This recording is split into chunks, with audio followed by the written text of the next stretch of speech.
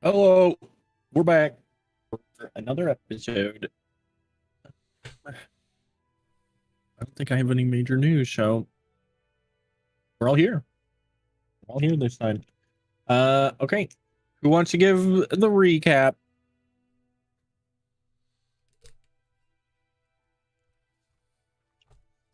Wow, Hex, thank you so much. You're welcome, guys. I'm trying to find my notes. I took notes last time, I think. Yeah. Alright. We waking up, feeling good, feeling different, feeling stronger. And we shit out towards Pang Pang. Obviously on the way we approach a town, kinda get a nice room for all of us, and we had drinks, food, watch people get body slammed, waking up, we go shopping, of course, obviously. We go to, the stores, get our shopping spree done, and then we go head out and get our cart. Once we get our cart, we start making our way more towards Pang Pang. And then obviously one of the nights, Rin's just taking a watch and has a conversation with Kent. And near the end of the conversation, he was told that if he don't say anything about who he truly is, someone might. And yeah, we still heading to Pang Pang. Still haven't gotten there. I think it's a day left. Nimsy made friends with some inventors. Yep, Nimsy made friends with inventors. Mom Forge got legs now. That's true. What episode is this? 14. 14. Okay, cool. I have the notes from last. Was the last one 118? I think. I don't know. I don't put dates on mine because time's a construct. That sounds roughly about right. I think so, yeah. It's been a few I did weeks. take notes last time. I wrote all about the Verdant Dawn group. There was the Verdant Dawn. Yeah. Oh yeah, the town we were in had like some scummy people. Some Yeah, and scandalous. Theo and Mev definitely didn't leave the rest of the group to go. Definitely didn't go talk to the people we said we weren't going to go talk to and get in trouble with. Definitely didn't. Definitely didn't swindle the barkeep and take Ghost completely off kilter with I think I get a discount now, right? Swindling. And yeah, we had all of this world building in that town and said, okay, well, maybe we'll be back. And moved on to the next one. Don't know. At least we headed out. We headed out from that town. Oh, because Mom Forge didn't want you guys to help. Let's see. Why fix a problem if it's not ours? Yeah,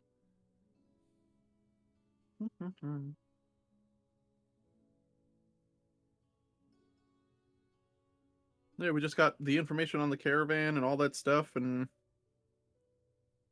we stopped at that tinker shop where all the fancy weapons and all that good stuff was that we couldn't afford, so we didn't buy. And then we got our caravan, loaded Mom Forge in. I believe we headed off, and that was where we stopped.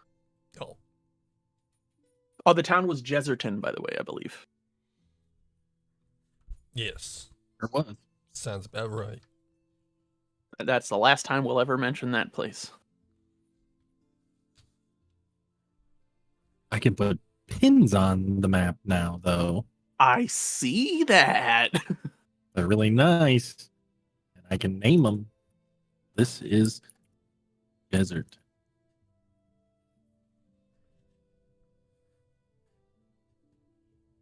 Perfect. Look at that.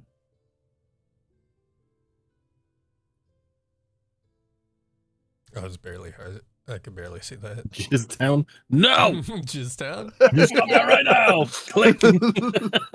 It wasn't Click. It was me. Finally, it wasn't Click. For once. Everybody gets one. Yeah. I saw Jeserton. Now it's gone. Up there it is. I love Yep. that. That's cool. Now, if you change the image, it's probably going to stay there, and you're going to have to clear the pins, right? No, so you can create unlimited amount of pins. You can change them from pins to pins with icons. You can change the pins to be actual images that you upload. Well, when you change Pretty neat. maps. Like, Oh, I mean, if you change what's displaying, do you have to wipe the pins off, or will they remember? Oh, Nope. Hell yeah! And then now if we switch move back. them back, Hey, look at that's pretty that! good. I It's didn't test almost that. like I did it's not almost test like they that. know what they're doing. I at would've roll 20 cried a on little that. I would have cried a little bit. Look at that cool feature we're never gonna touch again because You can also hell, yeah. click pins and then I can link handouts to it. So now I may actually use the handout feature because I can link like handouts to like Peng Peng and then it'll be like notes kind of like, all right, this is the things that maybe here's a brief summary of what you guys did or need to do, things like that. All right. So your group is waking up on your final kind of like half day's worth of travel into Peng Peng. You've been making very good time with the upgraded cart. Everybody's pretty comfortable. Mom Forge now with legs doesn't necessarily need to use the kind of lift up and down. She can kind of like scoot her butt to the side and kind of lean forward and do a little hop down. But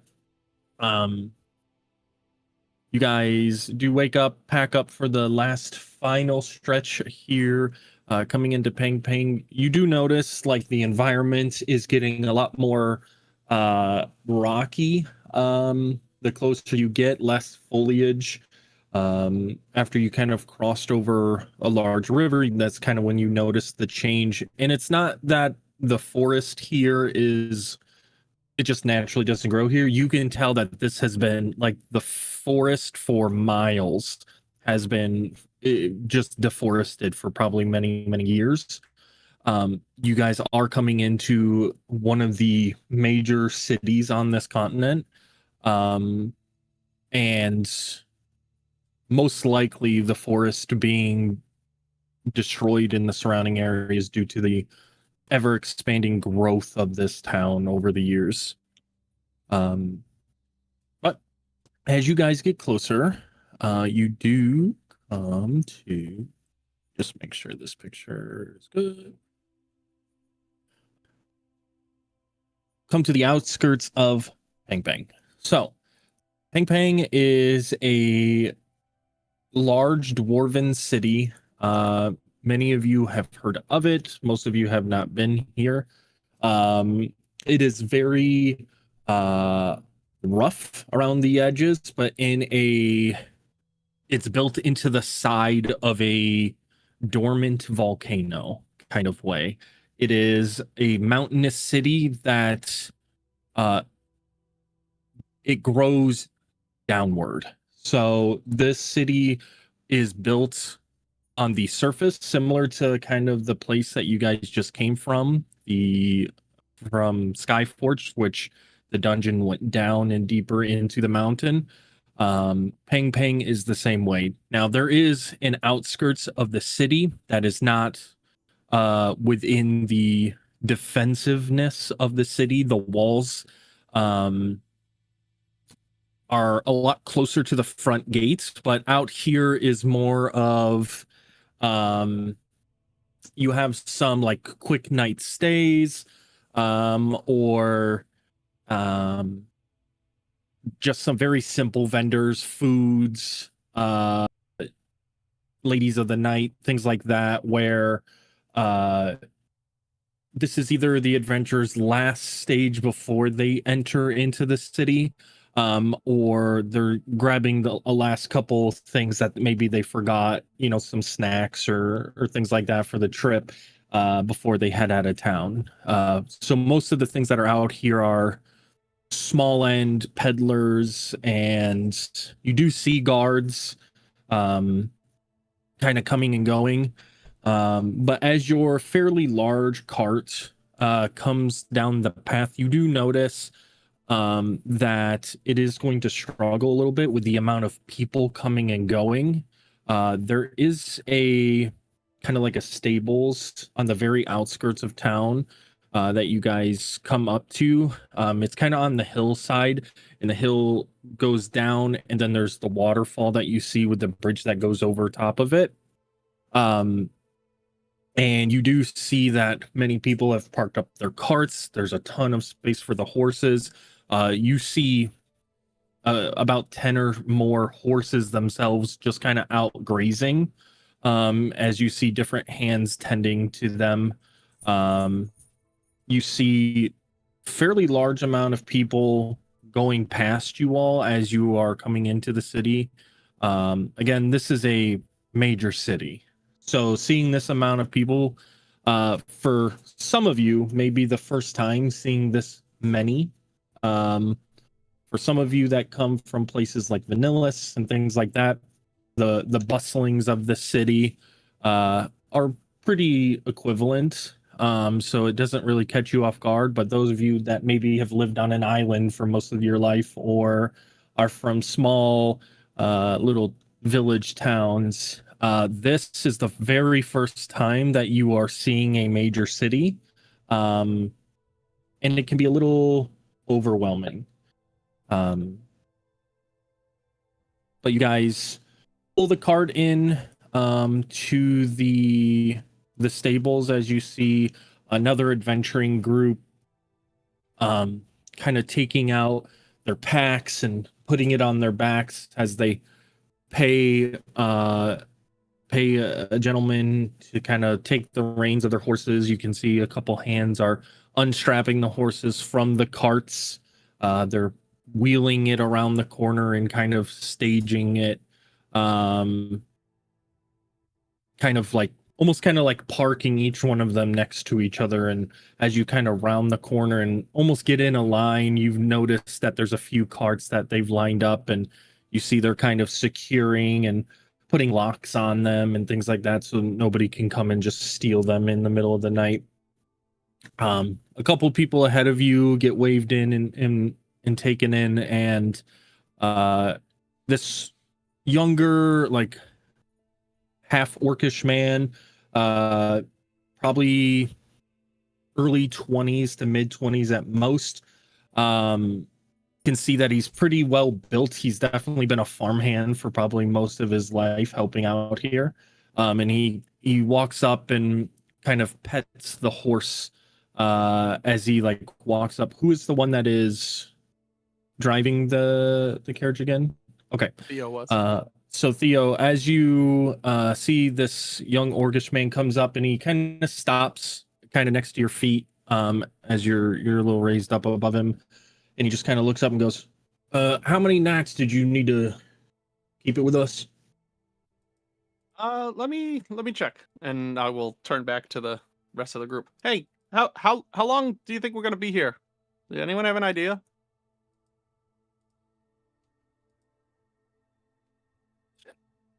I don't know. Can we call it 2 and then pay more if we have to keep stay, or?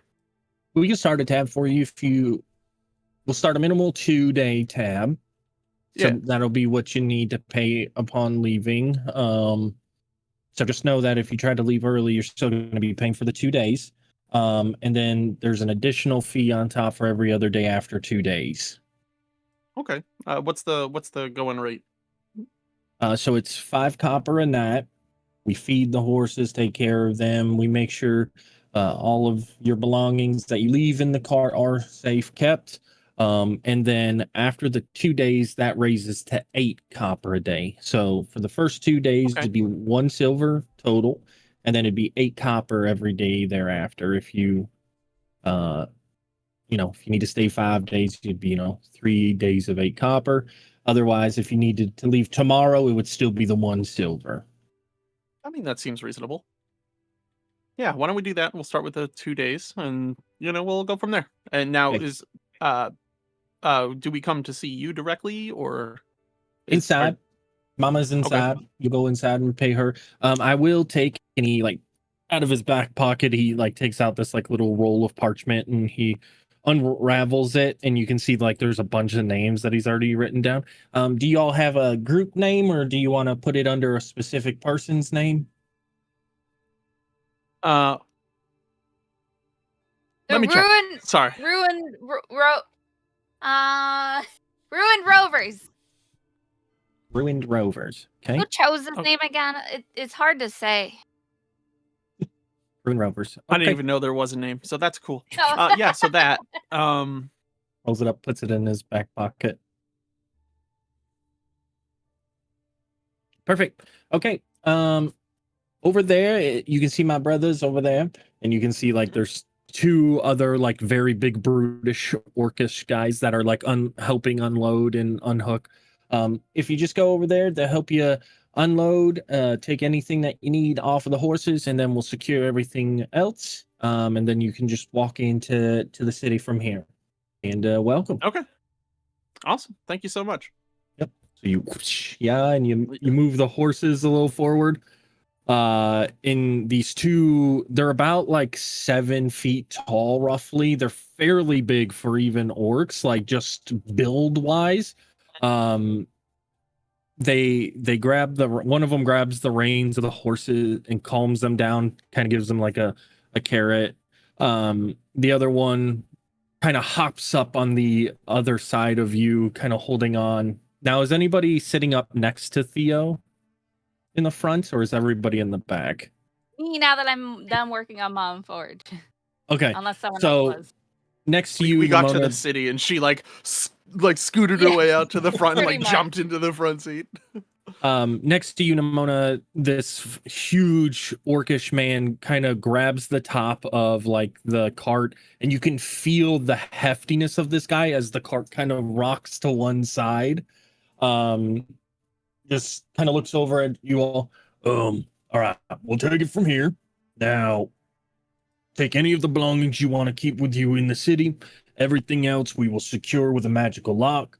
And then after a couple days, or however long you told my little brother over there that you wanted to leave this here with us, we will make sure everything is kept safe. Trust me, nobody's stolen from us. Your stuff is in good hands. Right. I'd like to roll an insight check to be sure. Sure. What are you inciting? That no one's whether ever or not stole? he's like no one's robbed us, and that's not just fluff to let our guard down. Sure. Go ahead and give me an insight. Skills.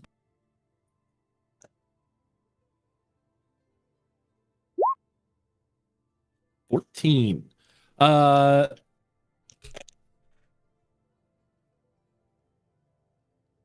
Still not used to this. He's not lying, but he's also not telling the full truth. Never stolen, probably not the case. Hasn't stolen in a while, probably truthful. This guy has blade injuries and different scars and stuff. This guy was not raised on a farm. He's helping his family out in between wars. Like, this guy is a warrior, clearly. You haven't heard of any wars as of recent, but you do know of wars that have happened in the last like 20 or so years. This guy definitely probably fought in that war. As everybody kind of exits the cart and grabs the things that they need, is there anything notable that anybody wants to leave here in the cart? I assume you're not bringing the tents and all the shit that you would normally have like on a traveling, but are you keeping what's in your packs on you for the most part, or is there anything you guys are leaving here in the carts? Let me look at my massive list of junk that I have in this bag, and I'll let you know. I'm keeping everything with me that Ren has. I think I'm taking my stuff. But before we take off, I would also look at him and be like, when you said there's like a magical lock, is there a way for us to access things, or do we have to come back to you? We lock it. We lock it up, and when you pay, we remove all of the security features. This prevents people from like breaking in. So like, under here, and he like points to like your drawers and stuff. We put an arcane lock over it so people can't just walk up and open it up and see what's inside. Obviously, Okay. the back we can't do anything about. It's an open area. There's no like doors, but we do keep them in an area that's restricted and is watched over by a couple people. Okay. What if we are staying like 3 or 4 days, and like on day 2 we need to grab something though? Can we come back here, see you, have you unlock it, get stuff, yeah, and then that's go fine. back out? No, that's Okay. completely fine. Yeah, we're just Mhm. making sure that nobody steals from it. But if you need to come back for a day to grab something and then head back into the city, by all means, this is still your stuff. We're just watching over it. Yeah, I just wanted to be sure it wasn't like a, well, once we lock it, you have to pay us to get it out sort of thing. So I No. just wanted to be sure. It's a new city You to have me. to- I've never been here. You have to pay us to take the card out. Like Yeah. you can't take it for a joyride for a day and then come back and expect that you're still under the same payment plan. Oh, Like that's you would fair. have to Absolutely. recycle. Enter in, pay on the way out situation, no matter when you're leaving. Got it. Yep. If you started a tab or did you pay up front? We started a tab for 2 days, and then Very we were good. told it was 8 copper each day. Therefore, Correct. after the 2. So, That is correct. all right. Now, do you have any tips on like when we walk into the city? Are we gonna be hounded by guards that are gonna check to make sure we don't have specific weapons, or Just don't have random your thing, like- weapons out. They don't, if you have like a bladed weapon, like a great axe, they ask that you have like covers on the blades, the leather Okay. covering on the blades. Axle. Okay. Um, What about? Are they gonna react to? And Thea will just gesture to Momforge. Be like, what about that? Or I mean, Or- there's Yeah. rich folk that come with Warforged. oh, What? okay. Is Momforge still on standby? Probably No. not at this point. I have a name. Oh, it talks. That is very interesting. I sure do. Huh. Unfortunately. See something new every day. I used to fight alongside things like you in the war. So it's very interesting to see how far they've come.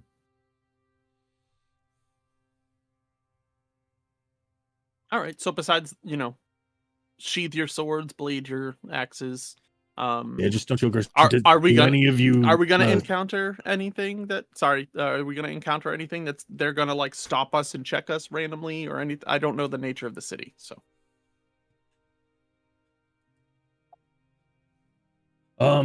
So for the most part, they're big on respect here. They're very work heavy people. So just don't get in the way of people's businesses, or they do military trainings as well. Do any of you speak Dwarvish at all? Hey guys, any of us speak Dwarvish? Barely an elf. Not We double that I check. know. We double check. Nope. No. As long as the dwarves speak common, yes. Nope. Common numbers. Nope. So none of you speak Dwarvish. I was gonna say. This is Mesthia. We speak common round these parts.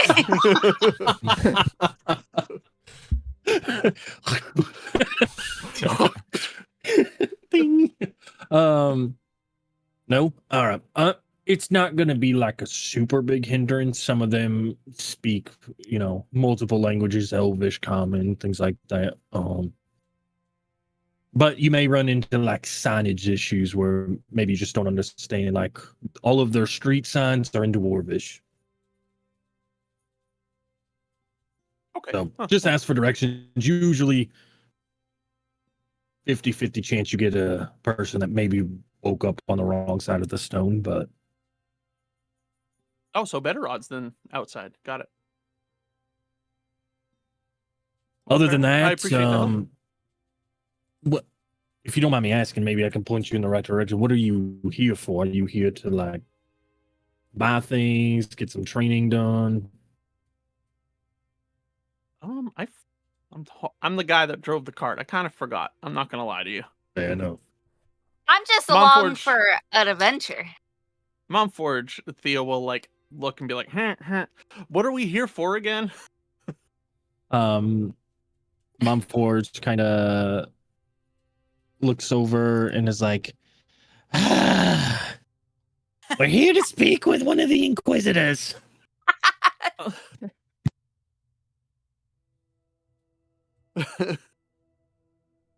Inquisitors. I'll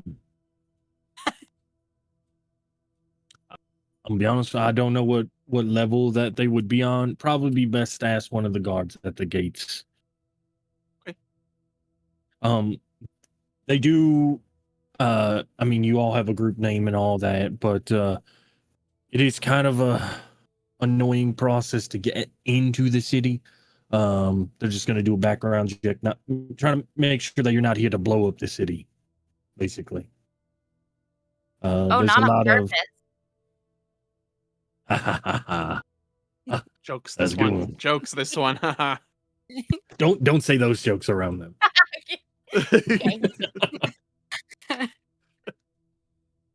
But other than that, they're very straightforward. So don't try to bribe them or anything. It does not work with these. They're very honorable type people here. Okay. Also, only dwarves are the gods here. So if anybody else other than a dwarf tries to say that they're a god, they are not a god. It's Oh, very guard. yeah, I thought god. you said God. No god. Oh, I got you. Yeah. Any other questions I can try and help you with? And during this whole time, you've been seeing him like press his hands up against things, and you see like magical like glow, and you can see like all of your like pull-outs and lift-ups have all been like locked down with like this like bluish shimmer to them now. I think we're all set.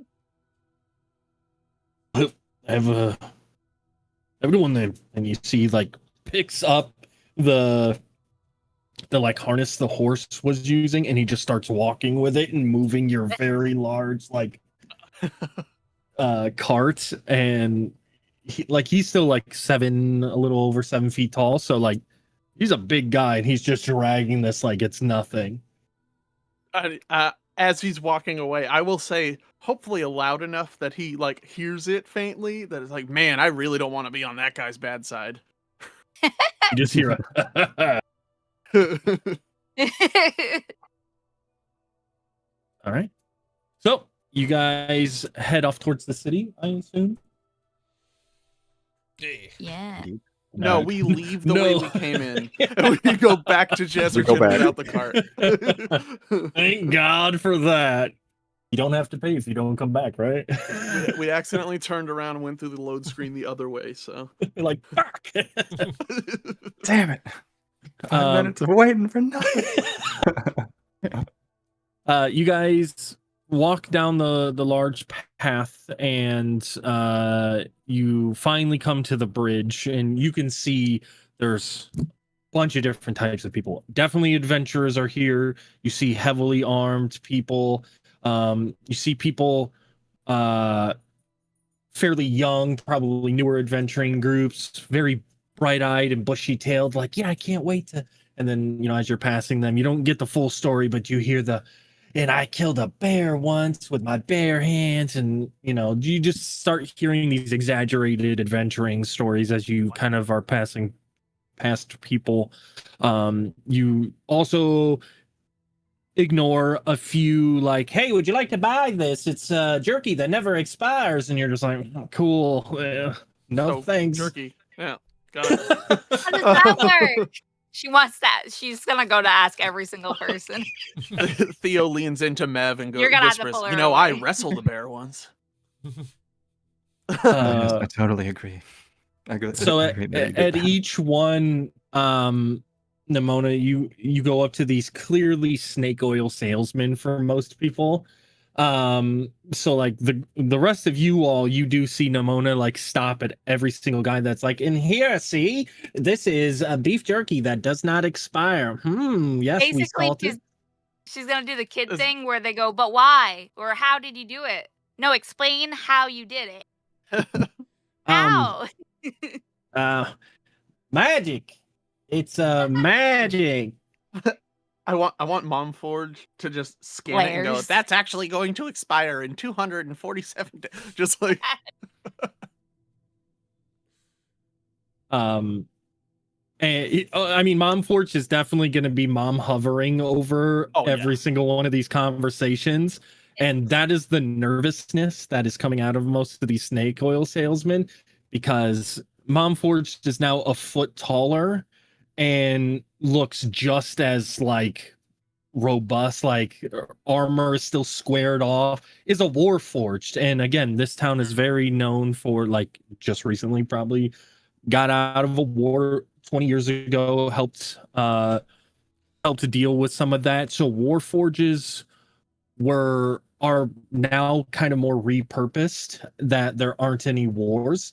So now they lift heavy things for rich people and carry their bags and do very monotonous like things that they don't have to pay people for. And so basically America in 5 years. But like Mom Forged is more of the war side of the War Forged, the way she is designed. And because she looks so scary and terrifying, Nimsy, who's this like bright, colorful, cheerful thing, and then just has this like dark shadow kind of looming behind her.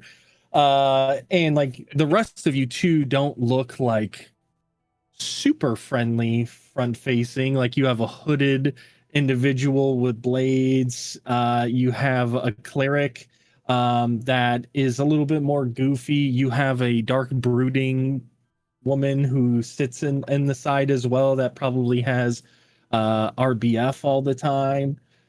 And so like your group is like a mixed bag, and these guys keep getting more and more nervous as your group goes down this bridge. But out of all of it, go ahead and give me a D20 roll. Just a straight D20. All of us or one? Just Nimona. Sorry.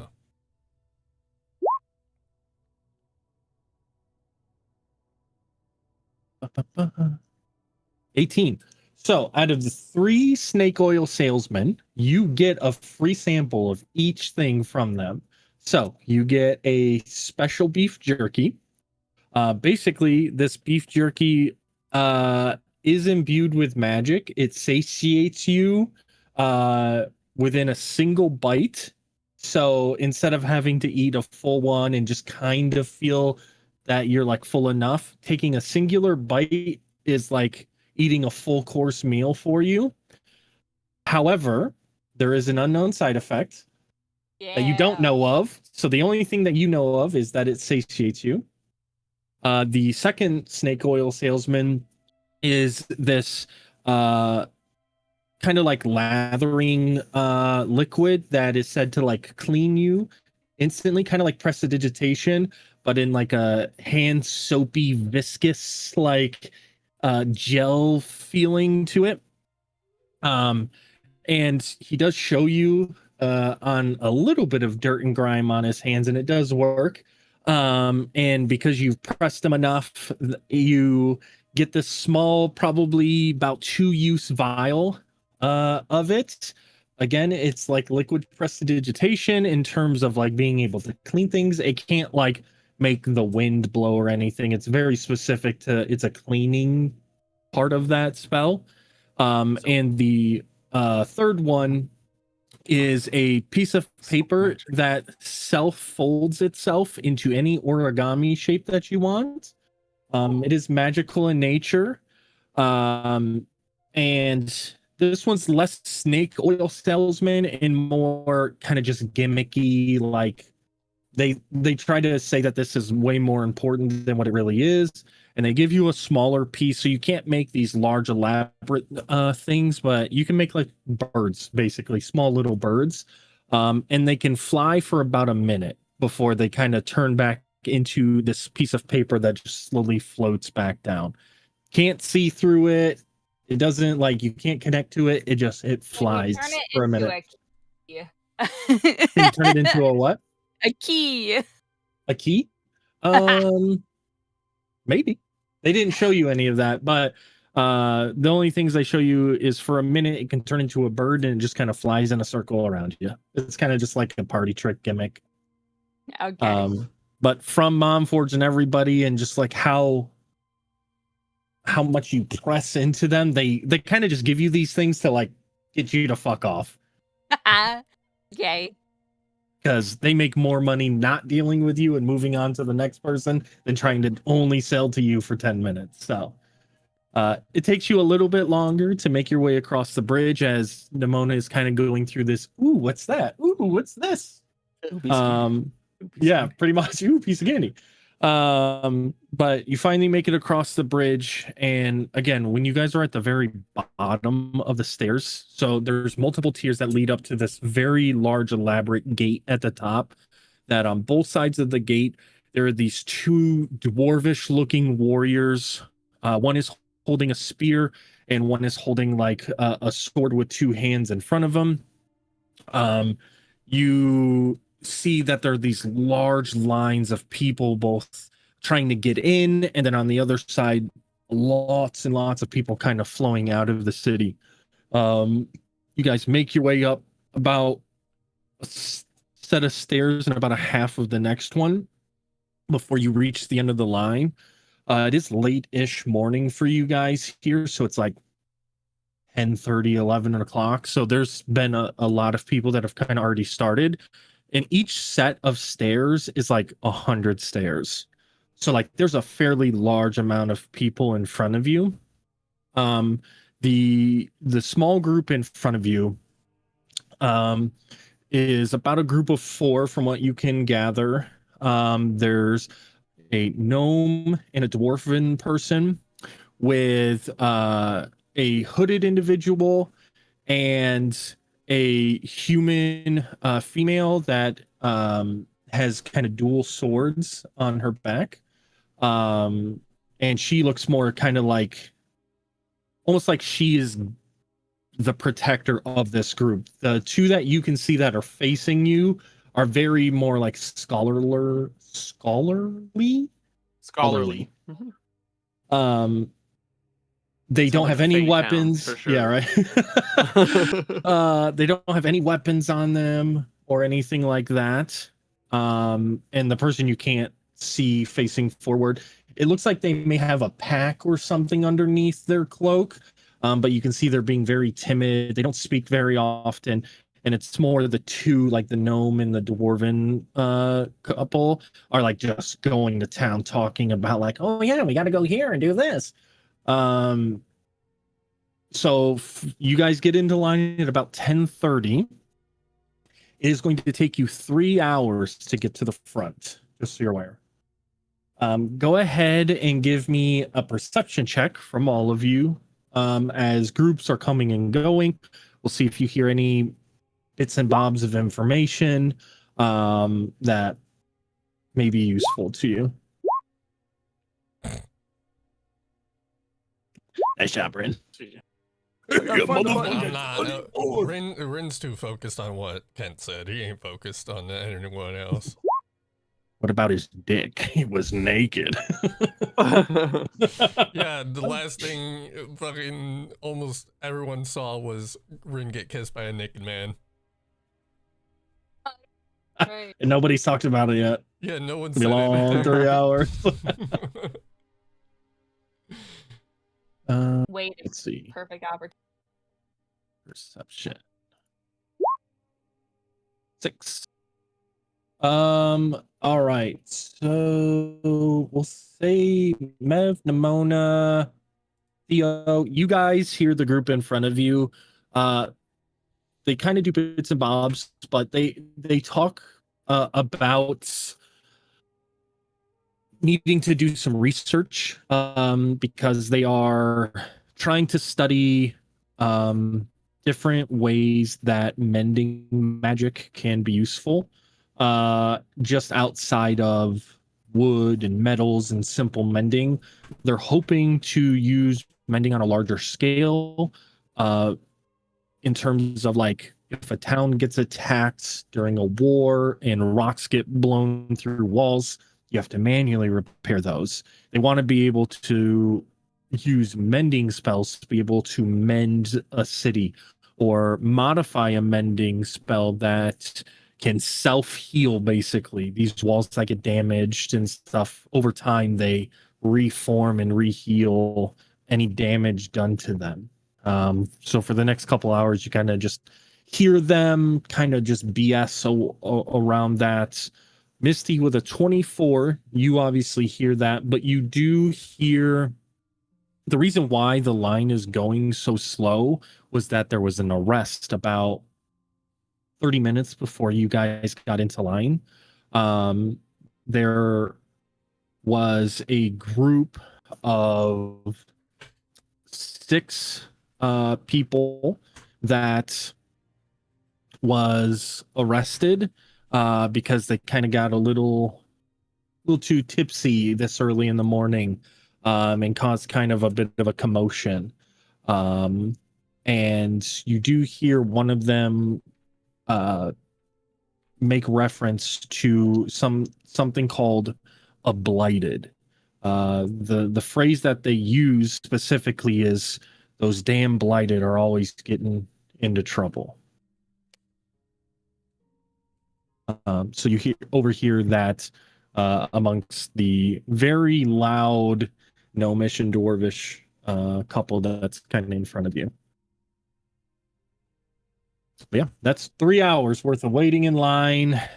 You finally get to the top, and you see people that get turned away and people that get accepted. And these large doors never open, but they have smaller doors that they do open and allow people to kind of go through and pass through.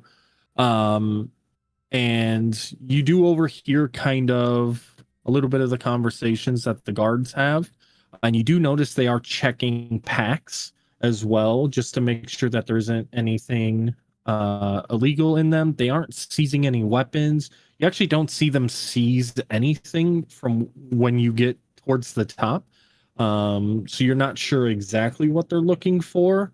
But the few groups that were turned away are more adventuring group looking types, but more so the ones that have like been out there for a while and have like filled packs of things that maybe they're trying to sell, or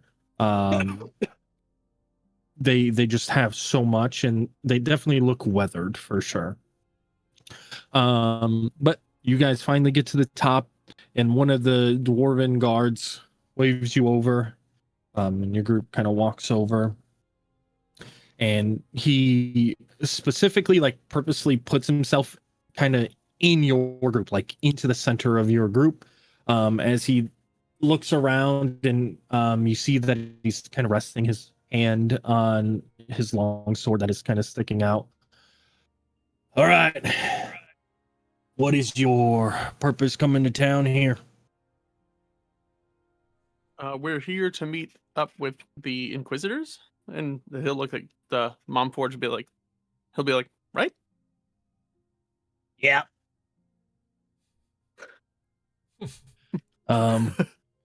Inquisitors of which guild? The guys, what was it called? The Burning Sorry, I'm bad. Compass. That one, the Burning Compass. Yes. He kind of looks at all of you. You lot. Yes.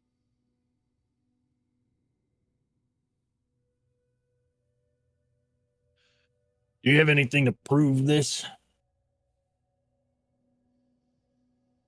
They give us something to show. Yeah, they gave us a, was it a medallion or something? I'm gonna check my Find it. notes. I can't find it in my notes.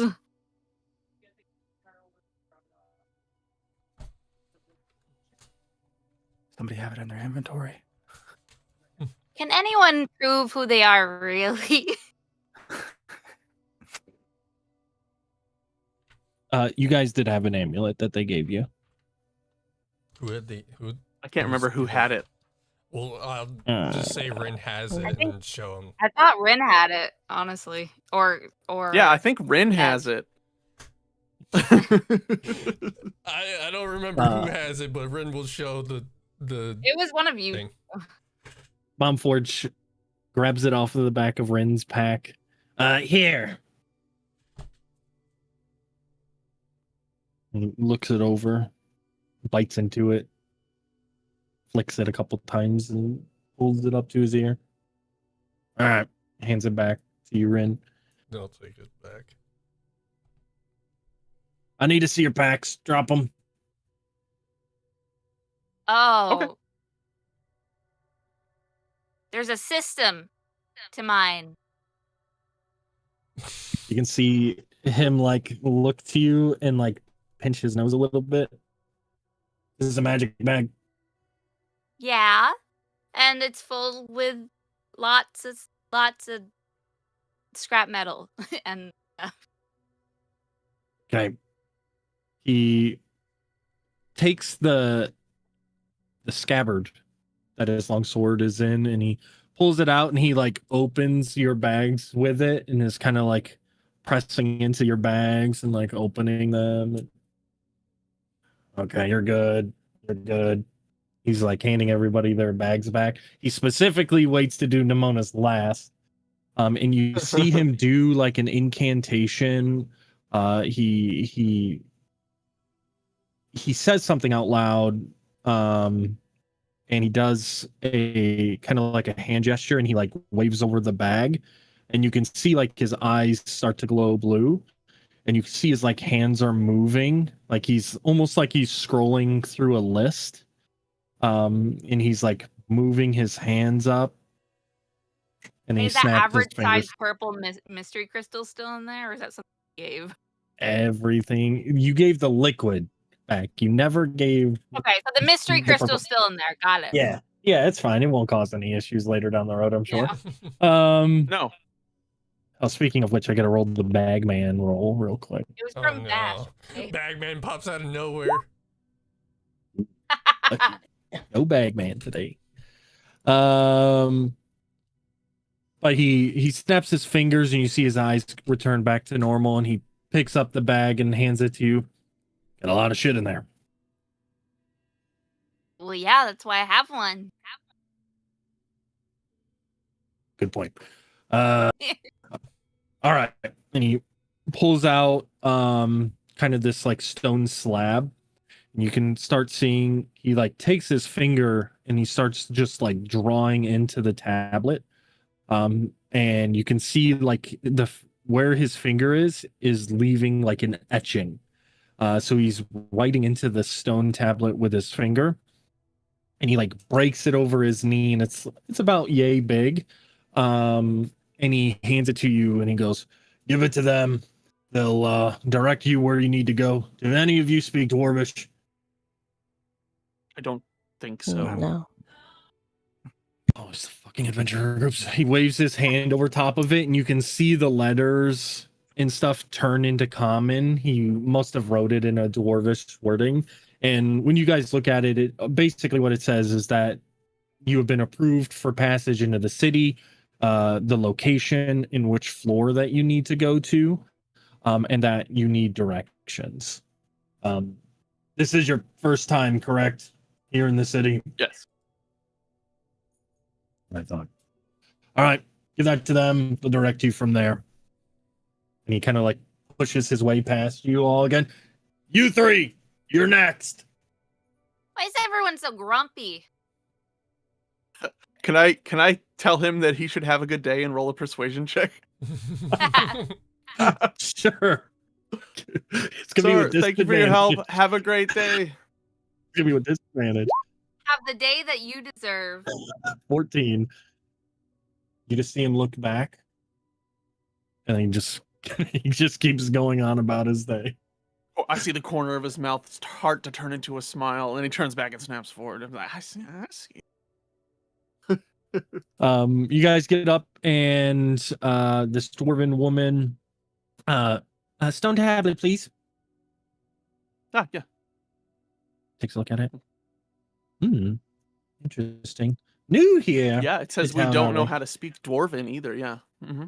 Yeah. The guy at the gate was very particular about that part. She shows it to you. It's in common. It's okay. Don't need the attitude. Okay. All right. So you're going to meet with the Flaming Compass.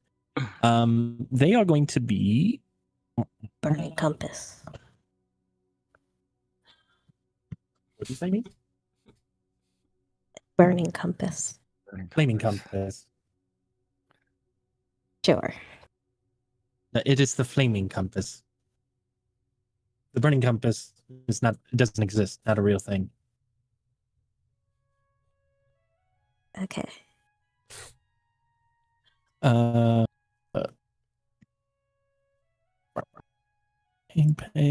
I gotta look at all the floors. Hang on. You are going to floor 3. 4. You're going to floor 4. So you'll head to the elevators. They will take you down to floor 4, and you see like she rubs her hand over the tablet and erases it, and she again kind of writes into it. Keep this on you at all times. This is your pass in the city, and it explains where you are going and coming.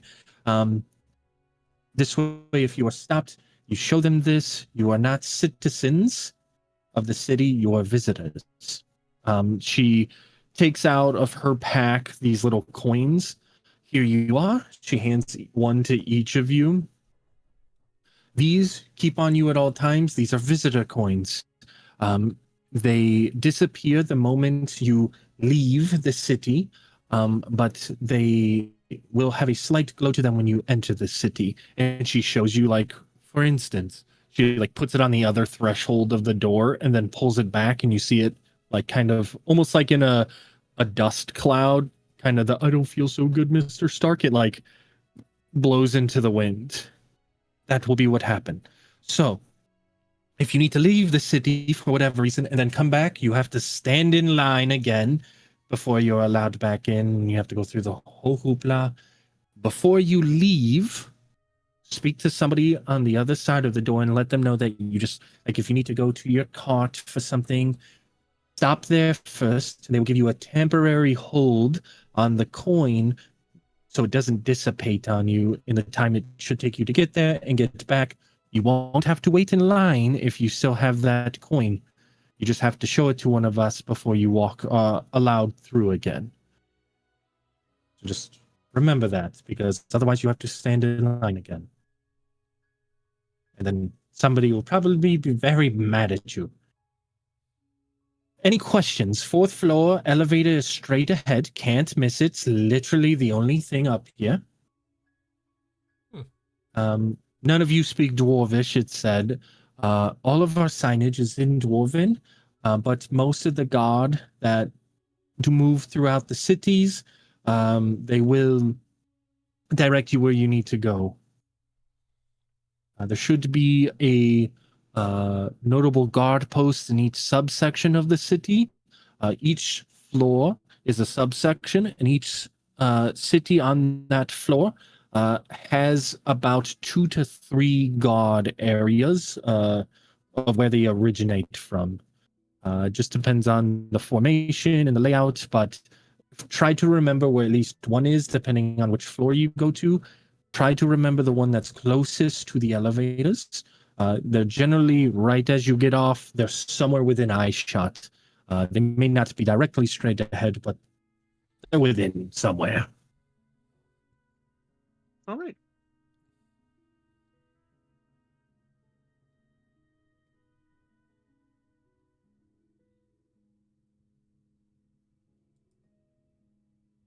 Does anyone else have questions? No. Perfect. You'll be going to the mid city. It is floors 3 and 4.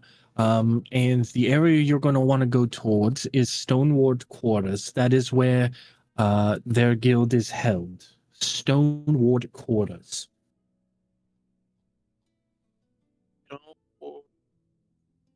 Stone. Order. Got it. Stoneward Quarters. Stormward quotas. Thank you. Stoneward Quarters. Stone Ward. Stone Hand rolled you- oats. Yep. hmm The hazmat. All right. Well, welcome to Pang Pang. Thank you. I hope you have the day you deserve. And I'll just turn around and walk away. What does that even mean? I deserve a day that I thoroughly enjoy, and that's the day I shall have. Next. You guys enter in, and the coins that you guys are holding in your hands, you do see they have this like faint kind of goldish red glow on the outskirts of them. And you kind of put them away. You get to the elevator. There's a few other groups that are here. And there is a elevator operator. He's a tall-ish dwarf, a lot taller than most of the other ones, almost like, I guess, on the smaller end for like humans. So he's like 5 foot something, like 5'3", 5'4". And for a dwarf, that's really tall. And Taller than me. He's like very gussied up. He's in like a suit and tie. He has bifocals on, and he just kind of holds out his hand. Where are you going? We're going to floor 4. We're looking for the Stone Ward quarters. Perfect. If you stand over there to the side, I will let you know when we reach Mid-City. Okay, perfect. All right, let me switch the picture. One thing I I don't like when we being switch on up the picture. island is that everywhere has so many rules. Yeah, those are called laws most places. What? I'm not living my entire. Listen, that's not what I meant.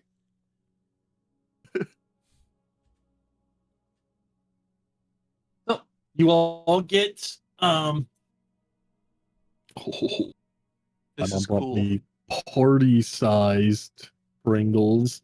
She knows how fat I am, dude. They make your hands look huge. No. Oh, it's not any wider. It's just way longer.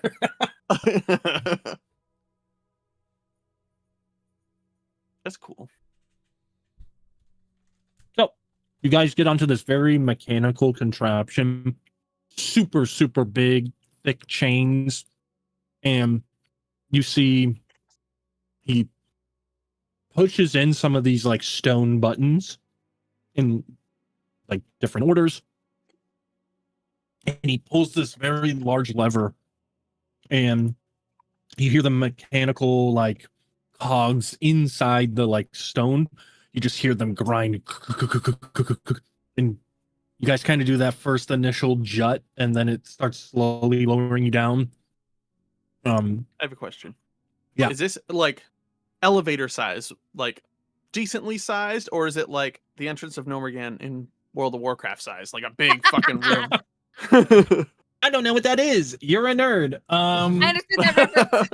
Is it a giant platform that just goes down? Or is it like an Really elevator fast. size? Just stop. You're It doesn't go that fast. This it All I like know is shoulder to It goes shoulder. down It just could as fit fast as you fall. shoulder to shoulder width wise. If it's about 10 humans, like average size humans, shoulder to shoulder, so fairly large width wise.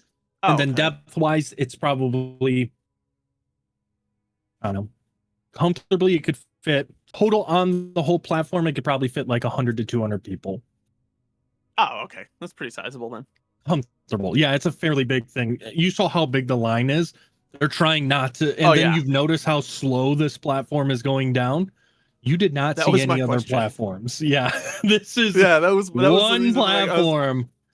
I was like, that was just the line to get in line. Yeah. So Where's the ride? That it does was take the you guys ride. about a half an hour to get onto the elevator. But when they do, they press all these buttons and you guys start slowly lowering. The first floor that they say, all right, floor 2, they get off, and you can see that there's like large signage. I can't read it. It's in Dwarvish. But you see like one of these like kind of more timid adventurers, probably not from around here. Do you know where this leads to? This leads to the Grand Hall, the Noble Halls, and is at the very top of Mid City. Is that where the forges are? No, that would be in Zone 3, the 3rd floor, which we are about to go to next. Oh, thank you. And she walks away, and you see him do it again after some people have gotten off and gotten back on. And he goes down again to the 3rd floor. This is the upper level of Mid City. The forges, the market. You could go here if you need the Hall of Binding Law or Stoneward Quarters, or if you wanted to be closer, you could wait until the 4th floor. You'll get off. Do you guys stay on, or do you get off now? We're going to Stoneward Quarters. Is it better to go on the next floor, or should we just go? You've never been here. I was do know it's asking the in- guy directly. Oh, okay. That was in character. Get in the game, sir. I'm sorry. Fucking Pringles and all fucking game goes out the window. He looks at you. Just eat. Yeah, but it's a rock. Like it's like a really rock, thin yeah. rock. If you're looking for the Stonewood Quarters, if you don't want to walk, I would wait till the next floor. But if you want to see more of the city, is this your first time? Yeah. Are you in a rush? Not really. I mean, you said that the market was on this floor, so is there like, do we go through the market to get there? 'Cause Correct. I know points right at Nimsy. Like, she's gonna want to see it for sure. There's a descending set of stairs on the other side of the cavern city. You make your way through the markets. It's hard to miss the stairs. It's a lot of stairs, but if you want to see if this is the first time you've been in the city, it is not a bad way of going. Or you can make your way back here and just hope that you get good timing. If I'm going up, I go up. I don't go back down. I go up and then all the way down and then all the way up and then all the way down. So you just have to get lucky with the timing. Fair enough. All right. Well, does anyone have a problem with getting off here? We got about 10 seconds to figure that out. Anyone? I don't care. How many stairs? All right, is a let's lot of go. And stairs? Sia will just start walking off the. Alright, we're going. Follow. All right. You all exit. Does anybody stay on? All right. Mom Don't push. separate No. the party. Stairs. So wait, we're going. And I look through- back and I look back at Nimsy and Momforge, be like, now's your chance to break those in. Pointing at her legs. We're A going, field test. so we're going through a market to get to the Stoneward Quarters. Correct. Okay. So you guys are Um, getting off on the 3rd floor instead of the 4th floor. So, Mhm.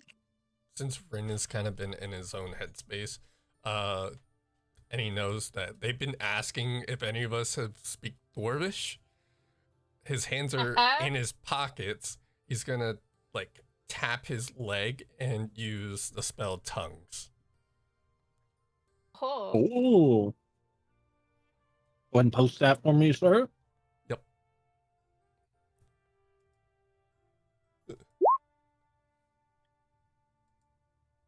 The spell's dedicated to licking the booty hole. So I can read and speak whatever I hear. So if I hear Dwarvish, I can kind of read and speak it. Do you let anybody know that you just did that? Not as of right now. Okay, cool. Like I said, he's been in his own headspace, so.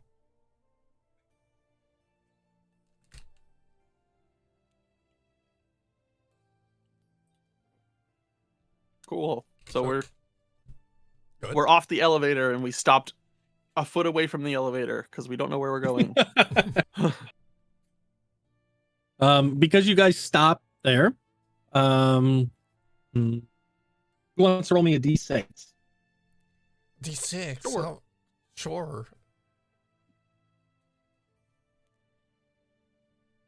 Theo, go ahead and give me a dexterity saving throw, please. Dexterity saving throw. That's me. Gets Let's see. hit by something. You fail. From behind, Theo, as you're like looking, you suddenly are really looking straight at the ground really rapidly. A large fuck, what the fuck are they called? Goliath. Goliath. A Goliath individual put his palm of his hand in the like just in between your shoulder blades, out of the way, and you just full face plant as he like then steps over your body, and you see he has like two like large axes at his hips, and like as you're like pulling yourself up, this like small hooded girl walks up to you, and she like leans down to you and kind of like almost not nose to nose, but it's like really close. Oh my goodness, are you okay? I'm really sorry about him. He just gets very impatient, and I'm very sorry. Are you hurt at all? No, I don't think so. I mean, That wasn't manners very aren't nice. found on everybody. I will say loud enough for him to hear. Manners are not found on everybody, so I understand. You hear her go, oh no. Oh And you no. hear the boots stop Oh, as we're no. walking away. And Oh you man, are we hear getting kicked out immediately? you hear that shift turnaround and the walk back. Nimona, you see this as you say, that was really rude. He like leans down in front of you. And because he's leaning down, he has his hands on his hips, not on his weapons, but on his hips. Momforge like wobbles up next to you, and she's kind of like mom arming and like getting in between you a little bit. What are you gonna do, big boy? He leans kind of like good. in front. Maybe don't block the entrance next time. That's pretty rude. I've never been to a city before, so I didn't. Clearly. Turns and starts walking away again. And you see again this like hooded girl. You see more of her features now. She has a like more like lifted nose, more animal-like, kind of like a squirrel in a way. You see some like fur is kind of poking out from underneath her hood. And she just kind of like keeps bowing at you all like, I'm very sorry for him. He hasn't eaten today. He's very hungry. I'm so sorry for him. I'm sorry for you. You're stuck with him. Yeah, good luck with that. He's my older brother. It's his family, right? I'm so sorry. I'm Trust so me. sorry for him. No, I understand. Yeah, Thank, sorry thank for you him. for thank you So for glad I making up never for had his a manners. I sibling. appreciate you checking on me. And you hear like from about like 30 to 60 feet away, let's go. He just keeps walking. Coming. Again, I'm so sorry. And you see her just Wait. like scurrying. Oh, yes? Your brother? Yeah. Okay. Okay. Turns and walks away again. Definitely wasn't also a Goliath. No. He was definitely animal folk of some kind. But yeah, these two blood related, most likely not. So Theo, you get up, brush yourself off. Mhm. All right. now that you guys are not being rudely shoved, as you look into this cavern, you do see cities, and the cavern itself is fairly wide. You guys again are in the side of a dormant volcano, but you do still see lava kind of flowing down kind of like the edges around the town. And you do see almost like a pool of lava as you kind of peer around the edge of town.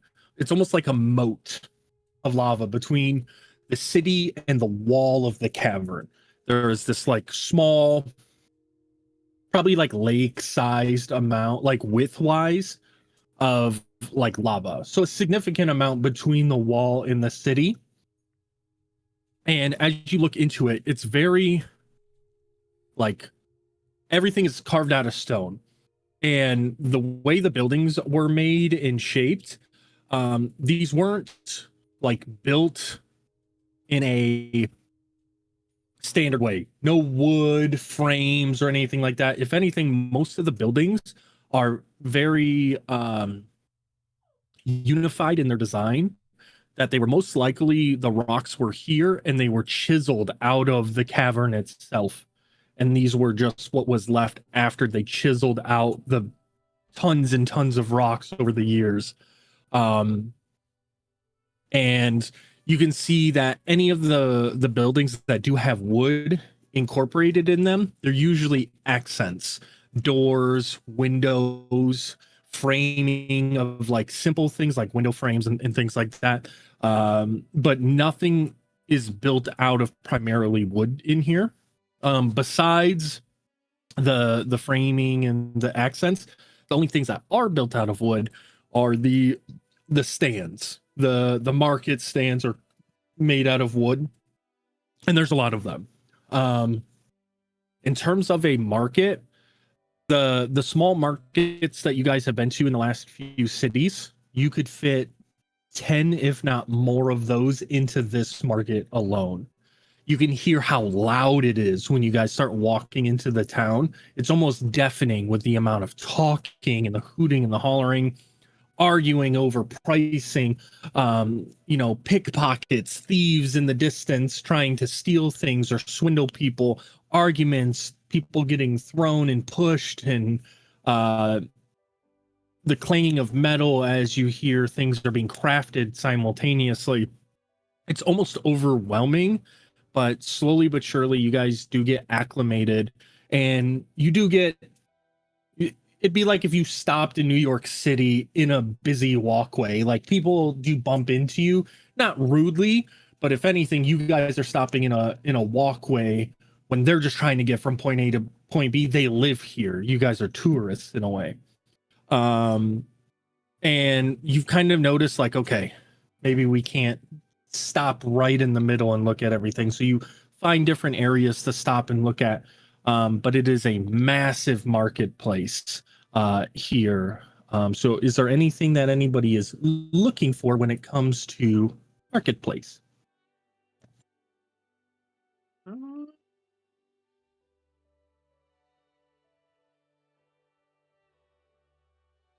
How is that the essence? I mean, probably, but somewhere selling essence of air elemental. no, that's that. I want one of those neat dagger sword thing. I mean, you can definitely look around if you'd like. Yeah, I mean, might as well wander through and see if anything stands out. I Sure. think we stockpiled supplies last stop, right? In terms of traveling, you had enough to get you to the city plus a few extra days.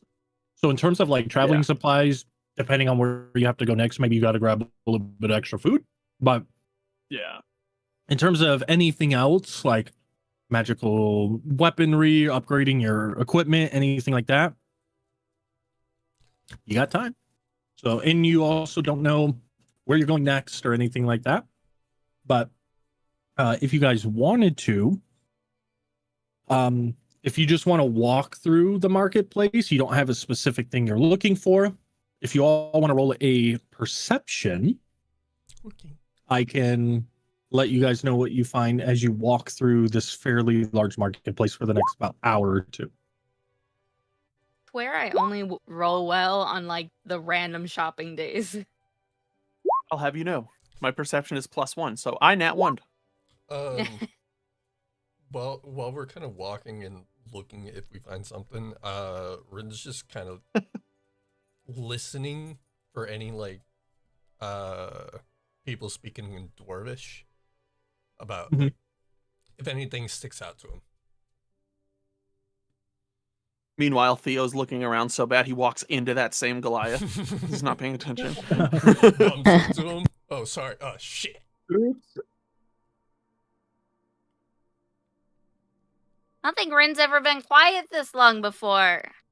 Apparently, he needs to do whatever he was doing this morning when we woke up again to be quiet. Needs to be doing whoever or whatever he was doing before. Yeah. Hey, it's not my business, but No. What are you talking about? Oh, you were You- like kissing some guy this morning or something. Yeah, right. What guy? Or the other day, whenever it was. I don't know. What guy? It was only I think me. we He all was saw it. gone by the time I like cleared my eyeballs. I was tired and I woke up. Are you sure it wasn't a dream?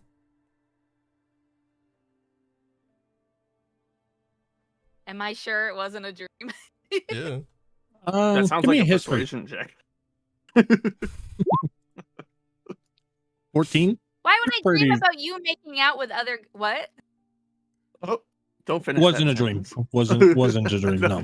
Why would I dream about you making out with other people? Why would That's I? weird. Hold on. Why would I be making out with people? It's just pretends looking at like a watch.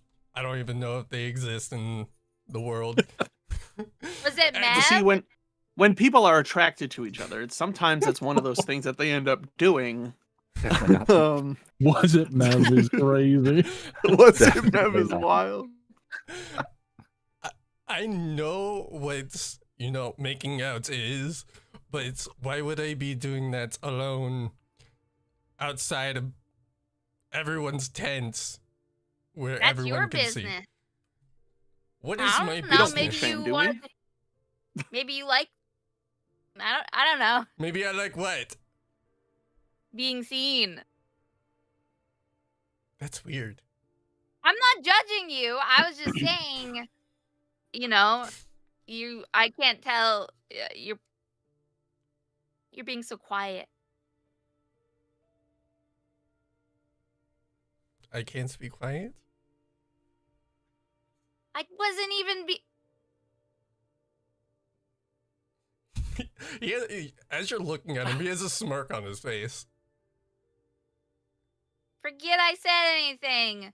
But I know what I saw. It wasn't a dream. Uh-huh. And if it wasn't Mev, then I don't know what stranger you brought into the camp while we were sleeping, but I can Mev assure was you it asleep. wasn't. Well, in my tent. so there was someone. I didn't say there wasn't anybody. I didn't say there was anybody. What you said?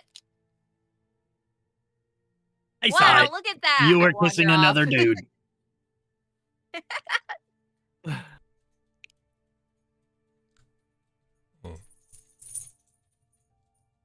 He was naked. He was naked. I thought he was just wearing flesh-covered pants.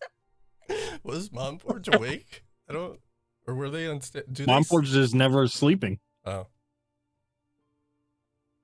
I thought they were on standby. Plus, well, They're Kent both in wasn't safe quiet. mode. Remember, Oh yeah. Oh, yeah. I mean, Kent was so Theo, very you loud. can tell us, like, I would like to consider us friends at this point, right? And you could tell us. Can I roll a persuasion check to get him to tell us? Mm. That's my thing. So, like, All right. I mean, Sure. We're in the middle of the market, right? Yeah. My Which I posted in internet's general. dying. Oh, Just a 30. a 30. how? How? I have a +10. That's a natural 20. Fuck. Can I do a deception? The way he says it, the way he says it. He puts his hand on your shoulder. He's like, "You're with friends. You can tell us. It's fine."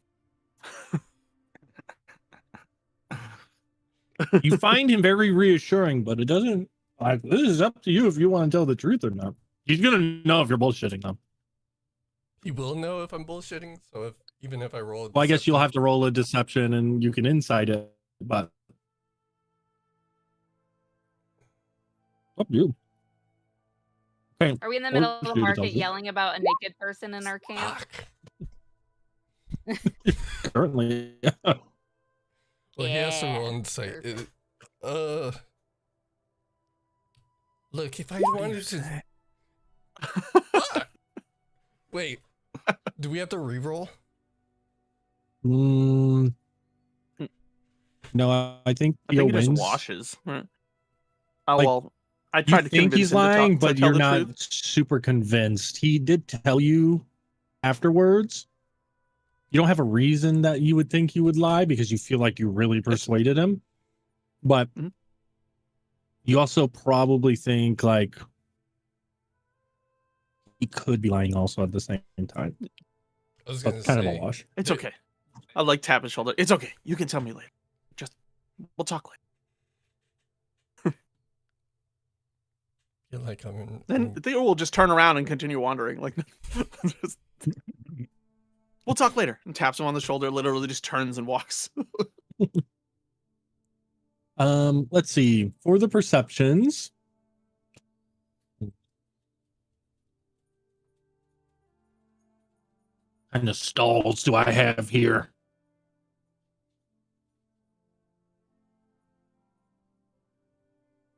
You guys, along your way, you find everything from simple items like people selling super good swords that are very ornate. And while, yes, they are ornate and they're pretty well fabricated, they're just a regular sword. There's probably nothing special about them besides their craftsmanship. You do find a couple magical item vendors selling these kind of goofy item knickknack things. Some are selling like actual useful items from what you can kind of discern from a distance and different trades. Yeah. Potions of, you know, everything from health potions all the way up to ones that you probably think are a little outside your price range. But walking through this market, there's a little bit of everything in here for everybody. So you know for sure, like if you need something, it's in here. More than likely. And that's just you guys noticing as you walk through it and listening and stuff like that. That's not actually investigating. You just know, like, Was this a okay. What? Group perception check, or does someone have to tell Theo what we see? Because Theo got a natural 1 on this check. No, for the most part, you guys kind of point it out as you go. You're like, ooh, hey, we got to remember that potion guy. The guy sells potions. I'm sure Potion guy. I'm sure Nimona going through this is like, oh my god, look at that! And look at this! Momforge, can we get potions? We have potions at home.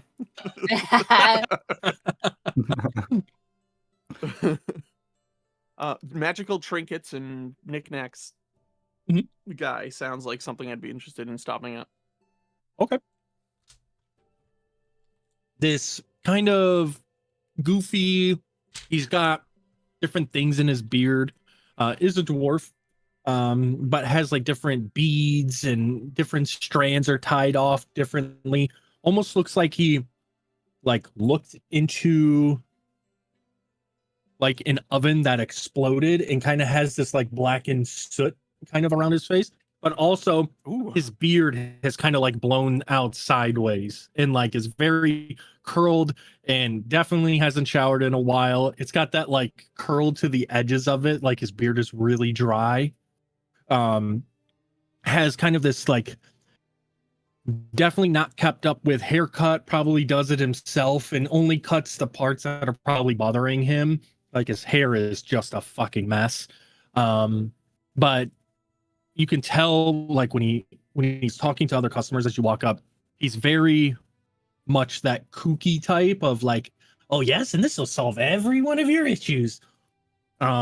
and the people in front of you are just like, I'm good, and they just kind of walk off and kind of almost like write him off like he's a crazy guy. As you guys walk up to his stand, he obviously notices you. He's like, ooh, another group. How can I help you? Well, let's see your wares. I couldn't help but notice you seem to have a lot of, trinkets and knickknacks and stuff like that. Do anything fancy or special or? What are you looking for? Are you looking for a little nighttime pleasure fun? Are you looking for the ability to fight dragons? Are you looking to become rich very easily? I have a little bit of everything for a little bit of everybody. What would be your favorite thing that you have? Oh, not for sale, good sir, but let me tell you, the thing that is my favorite that I have here is this. And he holds up this little coin. This coin here, very lucky. And then I he have one of those, and I hold up the coin they gave me that shows I'm a tourist. It's a little different, but he like spins it, and as you show him, like, not the same, and he like grabs it, and you can see like on the other side is the skull, and on the other side is almost like angel wings. This is a very lucky orb, and he spins it again and stops it on the skull side. Very unlucky coin. He kind of flips it into his other hand. He's doing very much showmanship with this coin, pulling it from behind your ear type, just like simple sleight of hand magic. Give me a perception check. We'll see how good he is. I'll give him a sleight of hand. That's a 5. That was not very good. 15. Oh yeah. I mean, you see his sleight of hand very easily. It's like very like, if it was done to a kid, this kid's mind blown. But anybody of like 8 years or older is seeing this. And he, does his showmanship. Basically, if you feeling a little lucky, you flip this coin. And he, like, right before it hits you in the face, he, like, grabs it, and you can see that it landed, like, golden side up. And so it didn't hit you in the nose. Anything that you feeling skillful in becomes... He, like, rolls it down his arms, and he grabs it again. A success. But, and he, like, does the same thing towards Misty. And you can see that he goes to grab it, but it was skull side up. Misty, you get kind of plunked in the nose with this coin. And it like hits the ground. No. It like rolls back to him and kind of does that like coin. Yeah. And he picks it up. Or like that. Maybe you don't grab the coin out of midair, but you can do it with anything. You want to hit a dragon, and you know that this is the attack you must succeed in. Flip the coin. Let the gods help you from above. But feeling unlucky, and maybe you go and see another god instead. Interesting. That's a lot of knowledge from something that you're not willing to sell. Thank you for that. Oh, no. This is the one thing I said I am willing to sell. Oh, I'm sorry. I thought you were saying that's the one thing you didn't want to sell. Oh, no, This is your no. favorite thing. Oh. No, I can't show you the thing I don't want to sell because, well, I don't want to sell you. I don't want to get your hopes up for something so magnificent and you not to be able to sell it. It puts a target on my back. Do you collect these things or do you make them? Oh, yes, I adventurers from far and wide come in and bring me treasures that they find in these crypts and hordes from dragons that they've slain over the years. Some I do have made. My brain is amongst the best, but my arcane, not so much. So I do have them crafted from time to time when I come up with a brilliant idea. This coin here was bestowed as a gift of the gods and was left in a dungeon to rot with some dead soul, and an adventurer brought it to me. He does the like finger coin trick, fucks it up and fucking. Yeah, I was just gonna say, tell me he drops it. Like, but no, wait, no, it lands the right side up, so it pops back up into his hand. Bing, bing, bing, bing, bing. See? See? Very persuasive. So, what sort of, I don't know, it must be a very valuable item to you. Make an offer. What do you think something of this would go for? Maybe we flip for it. You say a price, I say a price. Whoever wins. I don't know if I'm going to flip. jump into a deal like that simply because You agree I'm- upon the prices. You will say your price. We will get to a price that you would potentially pay on the higher end. Okay, You so say a that- price that I would agree with on the lower end. You win, you get it for the cheaper. I win, I get it for the higher. Okay. Well, for something like that, it could go either way. So it's equally beneficial and detrimental to what we may be trying to do.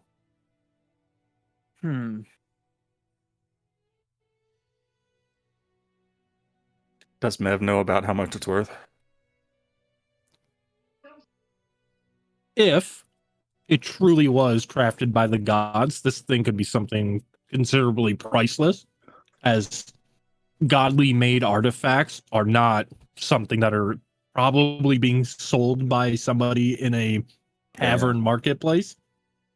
Mine's However, the Oh, gun part. Theo does not believe that one.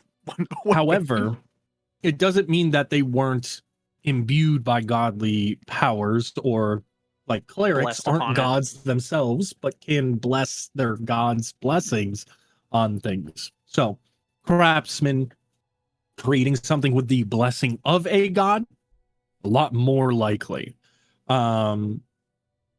He probably just changed the wording up to try and sell a trinket a little bit easier. In terms of this coin, if it landing the right way up, this can be deemed extremely powerful. However, the fact that there's a 50% chance that it go completely wrong could make that, if you don't believe that yourself lucky, this trinket is not worth the money. But if you find yourself lucky, no matter the amount of money, it probably would be worth it. But in terms of Mev, go ahead and give me, we'll say, an investigation as you're carefully studying this coin, what you believe it may look like. A 5. Not good. Not good. This guy's sleight of hand is crazy good. Oh no, it's probably so bad that he's like, ugh, this is so bad. The cheesiness of the snake oil salesman this guy is really bringing forward is kind of already like put some bias into you that this item's probably not worth a whole lot, or it'll probably not work for very long. However, if just based on what he's saying is true, Mev, you believe it worth somewhere in the 100 to 250 gold range, just purely based on if the stuff that he's accomplishing with this coin are because of the coin, what you can use outside of simple bar tricks, like if you can use this coin, like he said, to slay a dragon, to bop something, then this could be priceless. So a little, I guess I'll give you the meta information. Basically what this coin does is something that you would normally use a D20 roll for. Instead, you flip a coin. If it is heads, it's an automatic critical success. If it is tails, it is automatically a critical fail. You can use it twice per short rest. It's kind of sick. It's kind of sick. So you either get a natural 20 or a natural 1. So if you're going to make an attack roll and you say you want to flip your coin, it's either a nat 20 or a nat 1. Same thing with skill checks. Anything that requires a D20. Skill checks, saving throws, attack rolls, anything like that, this can be used on. And you can use it twice per short rest. And short rests here are every 30 minutes. So every 30 minutes, you can essentially flip this coin twice and get its usage. if you short rest. So low end, I was thinking 100 or 50. You said 50 to 100. If you that'd be what it's worth at 100.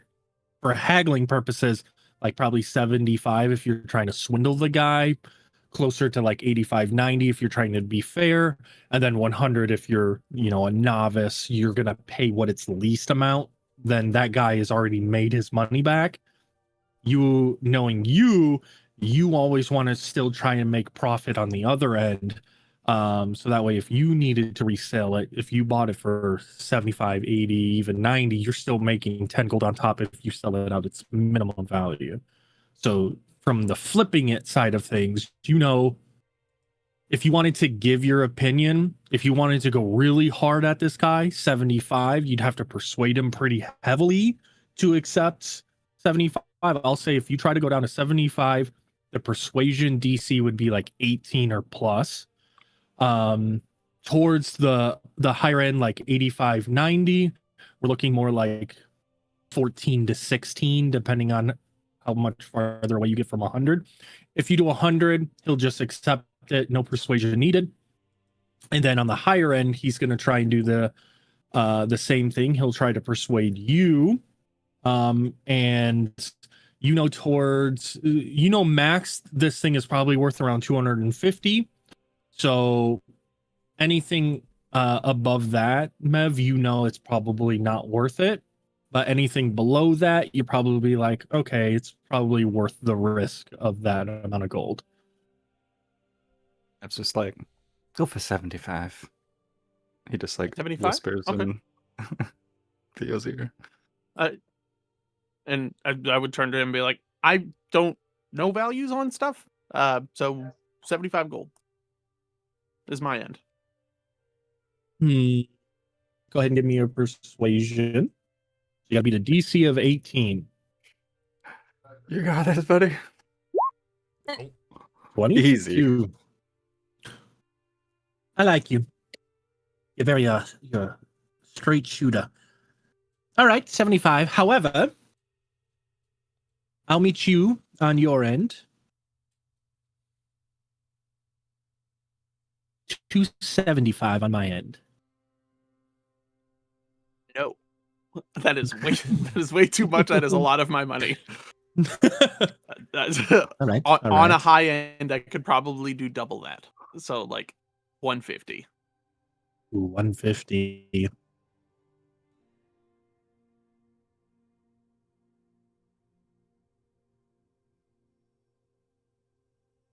Give me persuasion. It's gonna have to beat an 18 again. And he'll come back with a counter offer. 17. The lowest I could go. And for you, because you interest me, and your group looks young, and I like to try to help the young adventurers. I'll do 200. Lowest I can go. Let me consult the group, and then I'll turn to literally turn around just in front of him, just not go anywhere. Just, do you guys want to like split if we do 200? Because that would cut me really short, and I don't want to. Like, do we want to work together to get this? This seems like it, could be kind of good. Does anyone have anything that we could trade off, just so we don't lose a lot of money? Oh, good question, Misty. Saying Take off his bag and like start Sport. digging through his bag, because I have some bullshit somewhere in one of my notes. I gotta see what I have. I would have something, but I ain't gonna hand that off. Well, we don't have to give anything valuable. We'll just pretend. Oh, I knew where you were. I knew where you were getting at. Let's see. Just a normal dagger. It's a great dagger. It's a great dagger. It's like a bigger dagger. Dagger of the gods. The dagger of the gods. Just a sword. Just a short sword. Yeah. This is a dagger of the gods. So it's a sword. That's so good. It's a Colossus dagger. Just a great sword. I forgot I totally still have that silver ring with the magic glow that I forgot about. That's in my backpack. I still have the eyeball Um, ring. Oh, we can pop out your eyeballs. Yeah. Yeah, I got nothing. I'll split it with you. You'll Rin's- split it. Okay. Rin's just gonna. That's it. That's if we. No, that's if we lose. Like If we lose, yes. Rin's just a gonna fair game, you know. Offer 200 coins.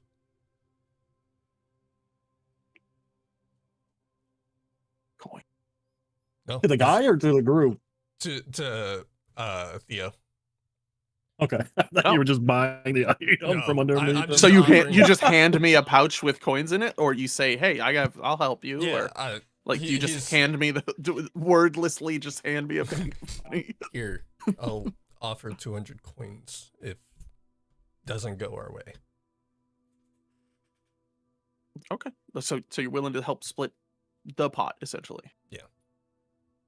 Sure. Okay, great. And I will literally just turn back around and be like, 200 on the top end, 75 on the bottom end. Works for me. All right. He spins the coin and he throws it into the air. And I catch it and leave. No, I'm just kidding. Fireball! It's in a small town. I don't care. Fireball. I said I didn't ask how big the room was. I said I cast fireball. Okay, so it's gonna be a D20. Odds are tails, evens are heads. And so what is the You guys wanted it heads. evens is the He's good getting side? tails. so So- evens is Evens is the side that you wanted. Okay. For the just for roll- your deal for the 75.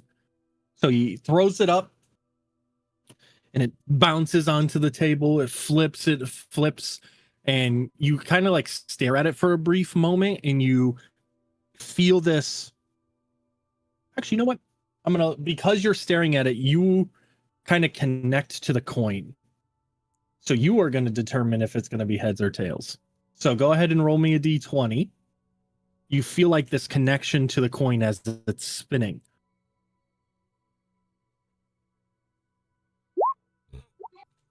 Six.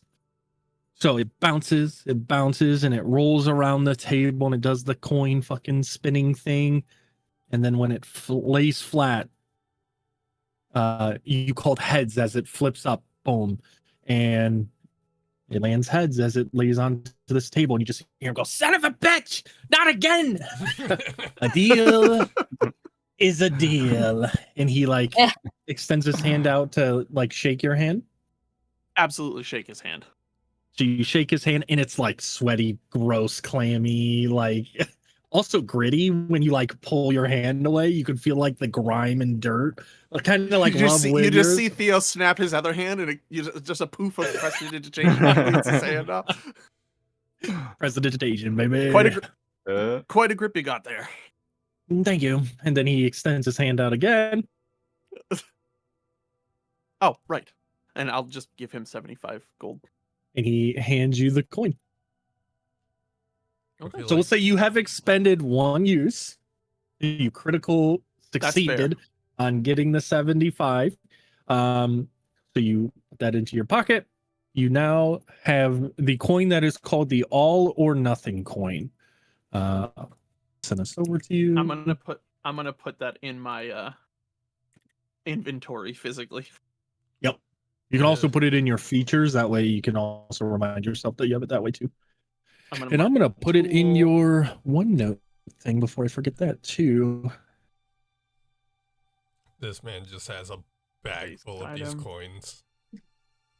As soon as we leave, he's offering. We find out it's we open the coin, it's just chocolate with foil on the outside. This guy's been bullshitting you the whole time using a mage hand to like spin the coin the whole time. Well, is there anything else I can interest anybody else in? Mm, Well, what else do you like? You know, stuff like that is pretty extraordinary. So you know what? I want to roll to see if anything sticks out to me. right, roll a D100. D100. 90. 90. All right, I was saying, Going the big rolls now. You're sifting through the racks, and a beholder comes out. A beholder? How big is it? Can I have a pet mimic? You see a pair of boots that kind of catch your eye. They have bear teeth that are kind of like stringed around them, almost kind of like the thing that you grab two ends that have the bear teeth attached to them and you pull them, and that's kind of what like tightens your boots. They are leather boots, so they're not made out of like metal or anything. But these like boots, the way they're designed, catch your eye. What are these? Boots. Just boots? They don't do anything? Oh no, they do everything I have here does something, my man. Like, what do you think I am, a snake oil salesman? How dare you, first off. Second off, these boots, I think you can trust him. Inside check. I just did business with this man. No, I'm not inside checking him. Roll it. He was saying. These boots were crafted from a very powerful druid who knows the pierce of a bear's bite. So he imbued magic to allow you to not be hurt as much from piercing damage.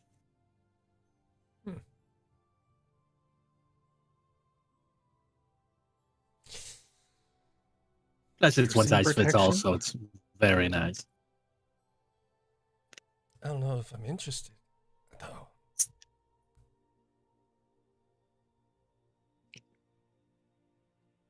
I'll allow you one more roll if you want it.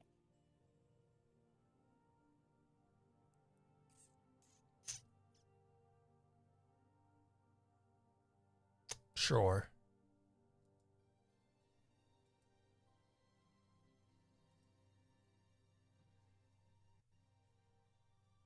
A 1911 chambered in Colt 45. Hell yeah, I'll take that. This is just a gun. It's just It's a an gun. orb. It's an orb holding Sam and Dean Winchester that will fight evil creatures for you. I'll take it. Misty's like, how much gold? I'll have you know, my brain went Sam and Dean as the fish. Sam and I was like, who the fuck is Sam and Dean?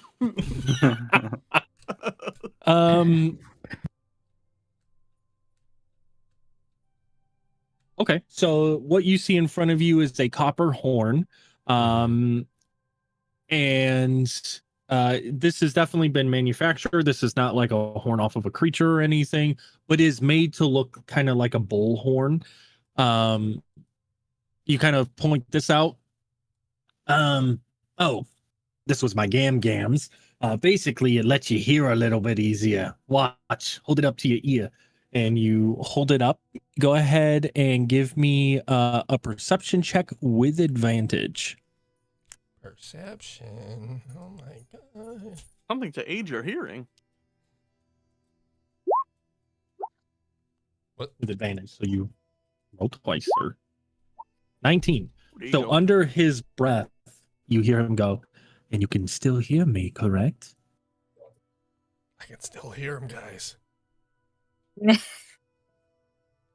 He like covered his mouth, so like none of you really know if he's bullshitting or not, but you do hear Rin say that he can hear him.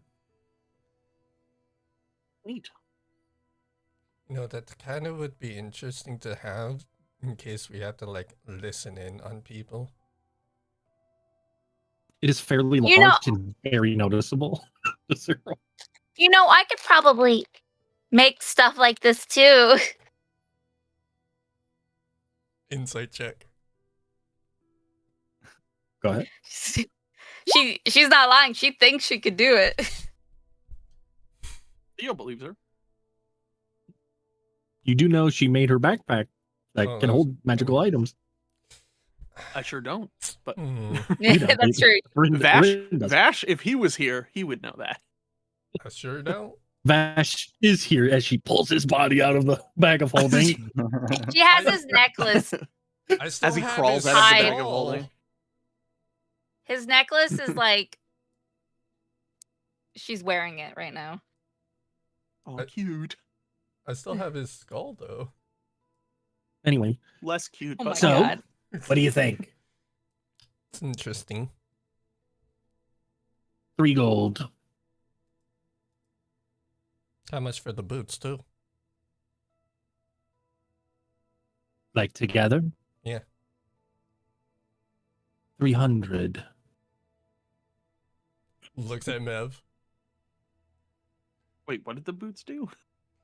I mean, piercing resistance. Piercing resistance, yeah. So half damage on Okay. piercing. I mean, I glossed over that part. Yeah, Sorry. yeah, But that's yeah. What- Looking at the Does that boots, sound about right? That sounds Yeah, about right. 250 to 300 for leather boots, but they're magical. So yeah, 300 for the pair. He's probably just throwing in the horn to get rid of it, to be honest. Yeah. He's probably trying to swindle at 300 or 3 gold off of that. Because he's probably trying to make up for the loss on the coin, but 300 you feel is fair. Pretty fair. Mm. All right, deal. You get the same gross handshake. See, for Rin, I don't think he cares because he's dealt with like You've been on the sea and Yeah. you've dealt with gross, nasty things like you smelled piss for days because people just piss in buckets on a. yeah. So on a he's boat. not. He doesn't really care about the feel Yeah. or whatever. All right. So you got new boots that give you piercing resistance New when boot you wear gift. them. Hell yeah. And you have this, and it's huge. Like you got to use 2 hands to hold it up. Mm-hmm. But you can hear like whispers from really far away. Don't mind us. We're just sitting here having dinner. He's hard Make it an hearing. Don't worry about expendable that. version. Do the boots have to be Attuned to? No, No? you just have to wear them. okay? When I get the chance, I Are they don't know just how leather, or do they also have the fur? Boots Boots the with fur. leather, no fur. Have a little bit of fur, a little bit of bear Okay. fur. Are they like? Fur made by a druid. Are they quick and easy to put on?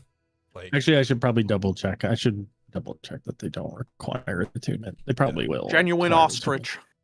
3 payments. attunement. It doesn't specify if they do or not. I'm gonna say they do because it gives the resistance.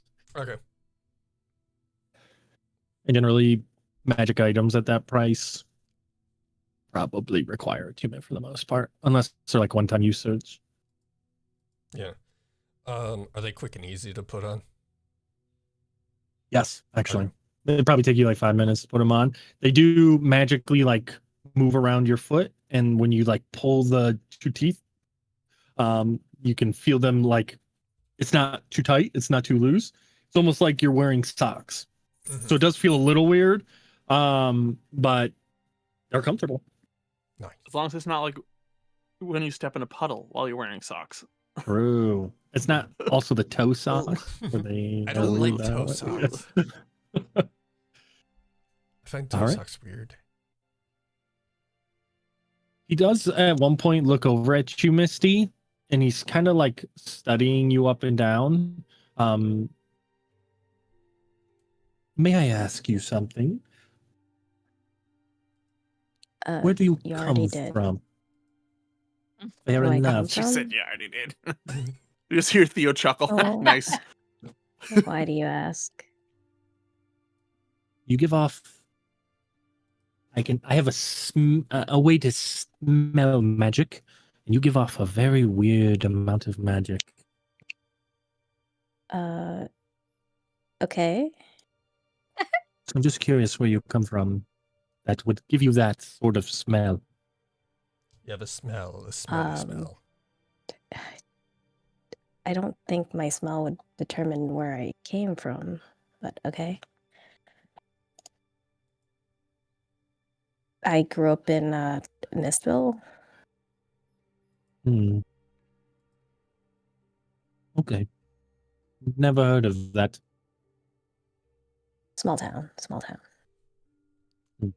I've lived here my whole life, so I haven't heard of many towns. Sorry. Does anything catch your eye? Hmm. Can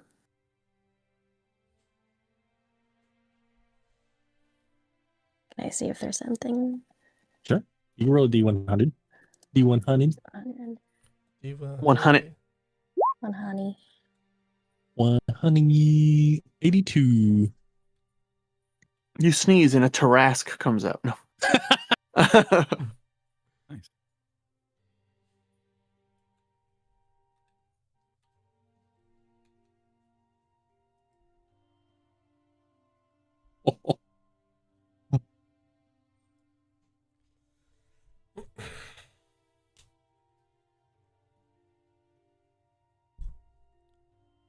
Oh, that's really good.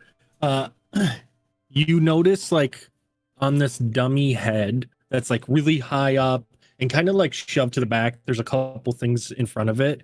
You do like it just catches the way you're angled up. You can catch the eyes of this amulet. It is a stylized human face, so it's crafted from this gem that kind of has like it's not like a one-to-one like exact human face, but you can definitely tell it's a humanoid face. And you can see that the way that its face is structured, it's laughing.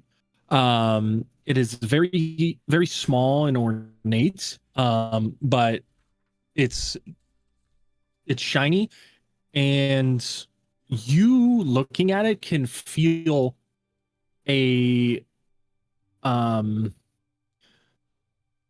presence of celestial power coming from this amulet.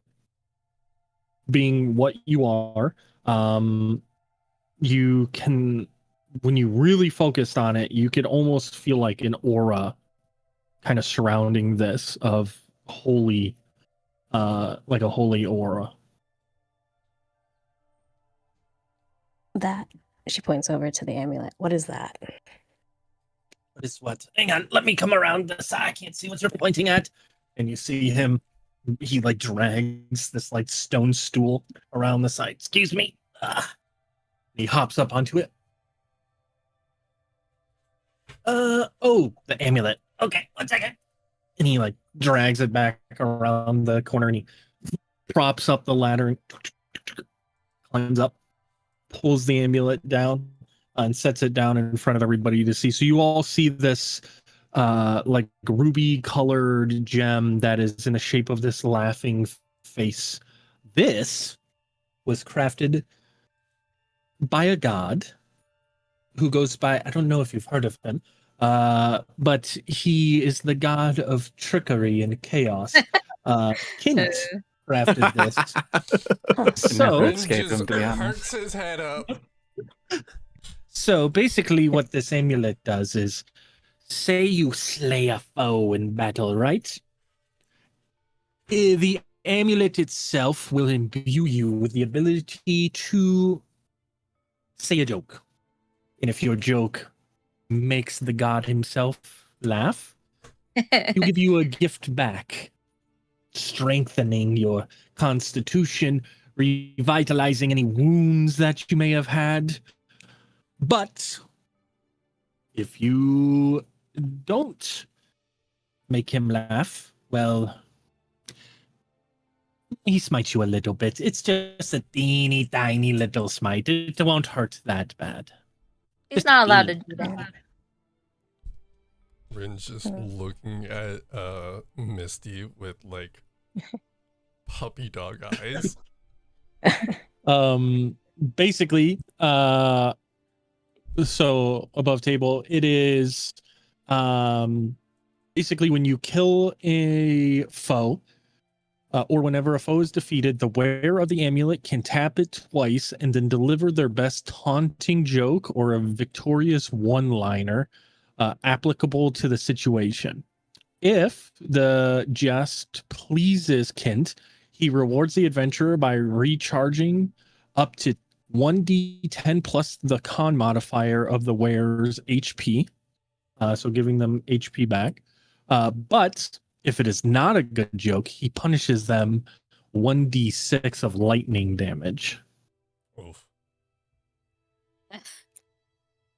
Was this There's- a performance roll, or do we have to actually make a joke that Kent finds funny?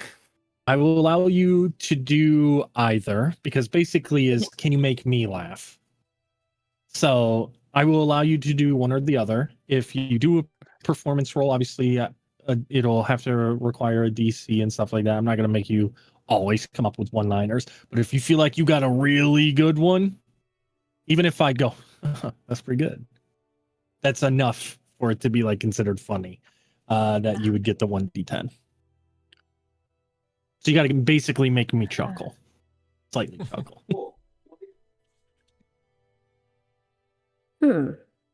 She looks over to Rin. What do you think? How much?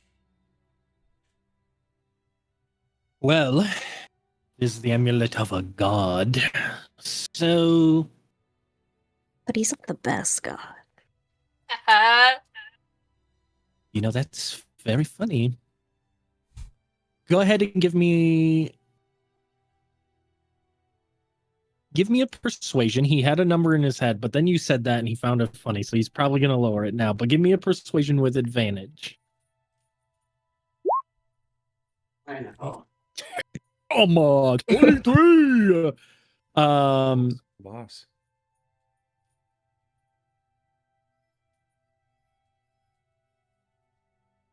$350 gold pieces. Jesus.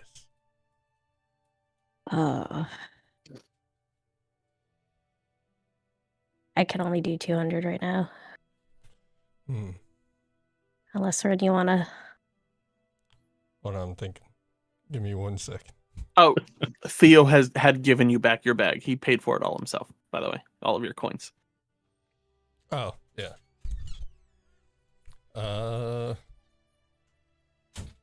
Above the table, I pulled that out of my personal inventory and did not pull any from yours. Fuck, that's a verbal spell.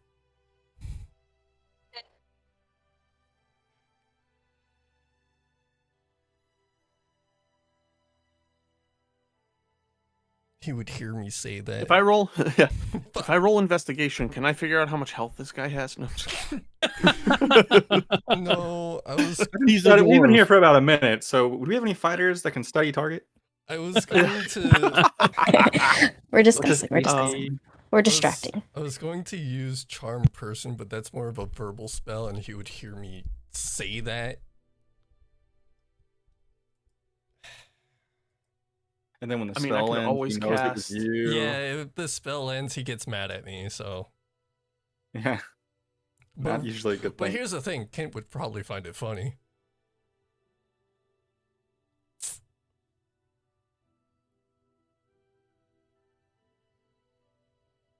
Mm, After this wraps up, I got to do bedtime Yeah, for but- some of the kiddos, Yeah. so break time. If you, Uh, yeah, I mean, it was going to be break time after this, so if you want to head out now, you for sure can, unless you want to Yeah, be here I'll- for it. No, I will definitely do that because Theo's not even paying fucking attention. So how this much- just That's helps good. my immersion. How much did you say? 350. 350.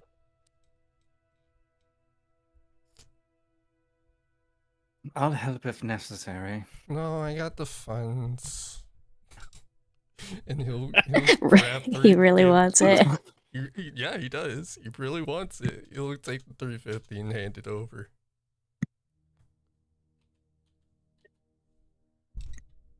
Wait, He you takes said the- 350? You're paying full price for it? I mean, did Right. you want to pay half? Go on, It's gonna help out. I know you wanted more. No, save your money. Okay. Grabs the 350, shakes your hand again, and hands you the necklace. Rin's just excited because it's now another item from Kent. that I know of. Or is it? Is it? Wait, hold on. He's gonna check for a signature. Which we'll figure out after the break. We'll be right back. Peace and graining. Potty break.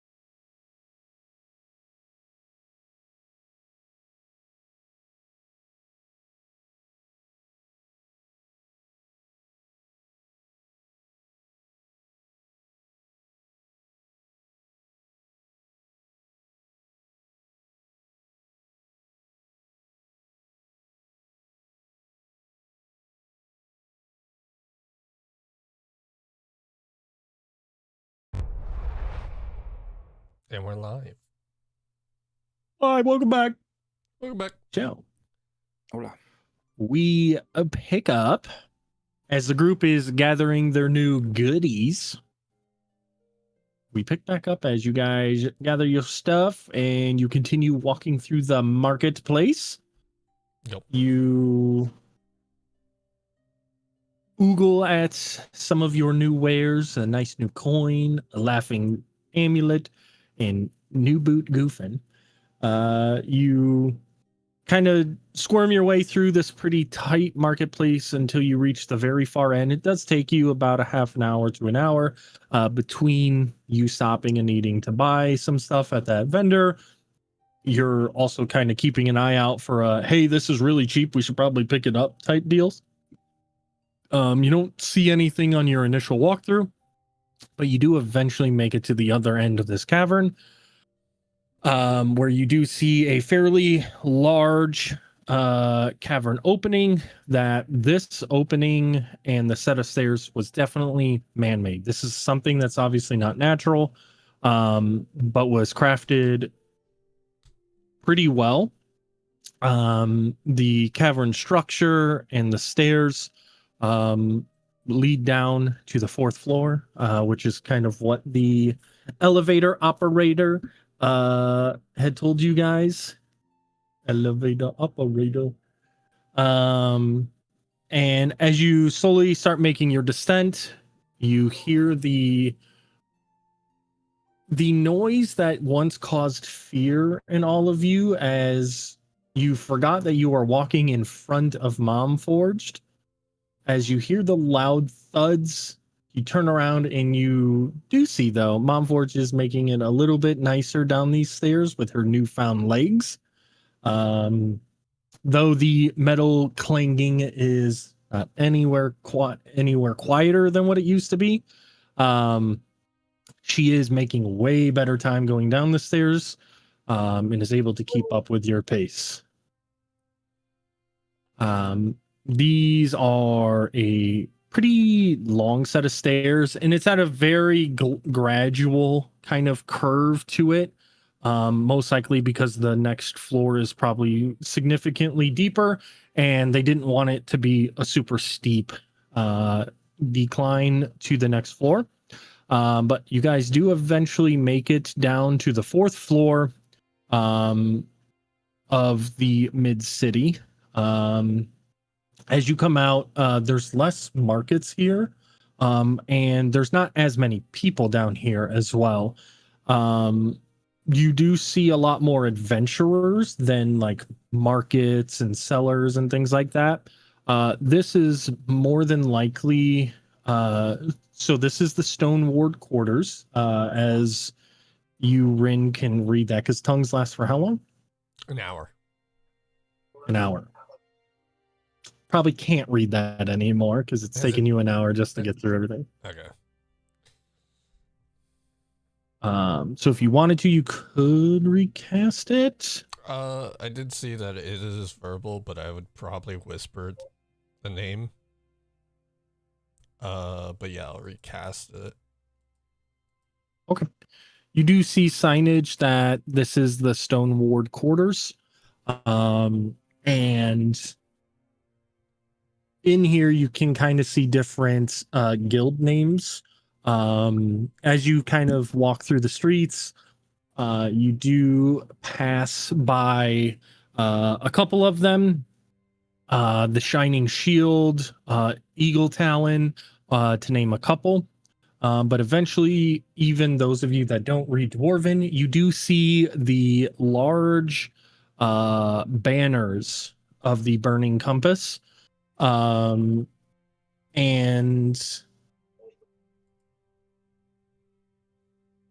I think I've always called it the Burning Compass, right?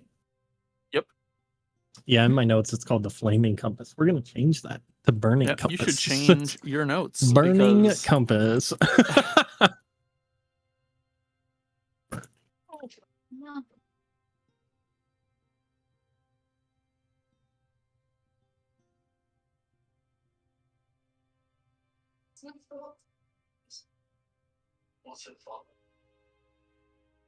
Anyways, You see the compass rose with the skull hands engulfed in flames. You walk up to the front entrance of the guild hall. It currently has members that you can see kind of dressed up in their colors and everything. And when you kind of start walking towards, you are getting some people that are like giving you looks. And finally one is like, excuse me, this is for guild members. Were you looking for somebody? Rin will pop out the amulet. We're here to speak to the Inquisitors for the Burning Compass. Oh, okay. And they turn back to who they were talking to briefly. I'll get back with you here momentarily. Sure.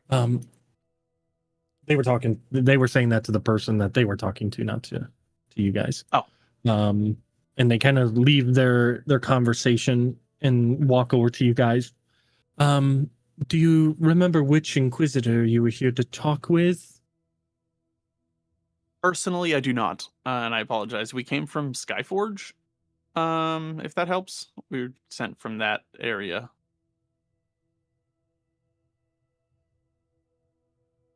I don't know if they said the name. No, I'm 90% sure they did. It was look at my notes. Give me a history. Both? Anybody who wants to remember it. I'll try. 14. Nope.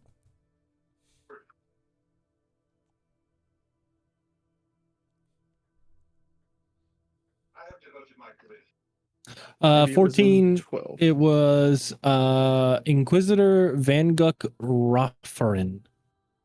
Yeah, we definitely didn't get told that. No. I remember a name like that. Van Guk Rocktherin? Van Guk Rofferin. I'll post it so you guys have it for your writings, for your notes. Thanks. If they didn't tell you, I can take you to the office of the Inquisitors. Just follow me. And the person talking to you is like a darker skinned elvish woman. Some of you know them to be called drow. She is more of a gray blue color. She has fairly long hair. She is in more of arcane robes, more like mage sorcerer type robes. You can see that on both of her shoulders kind of lay kind of similar to when people graduate with honors. They have those things that they have on the side. I don't know, I was dumb, so but the cum laude ones, but it has the burning compass insignia with some writing on it, some runic writing. And she starts leading you in. It's a fairly large guild hall. Again, most of the buildings in the area, if not all the buildings in the area, are primarily crafted out of stone for obvious reasons, with some wooden accents. Even benches and things like that are all made out of stone. The only wooden structures or anything that you see inside be chandeliers, chairs in dining halls or in other meeting rooms, or again as accents around things. She leads you down a hall for a little bit until you guys come to this office, and it has 3 separate doors. And as you enter, there is a gentleman who's kind of sitting at a desk, and he's currently writing some paperwork.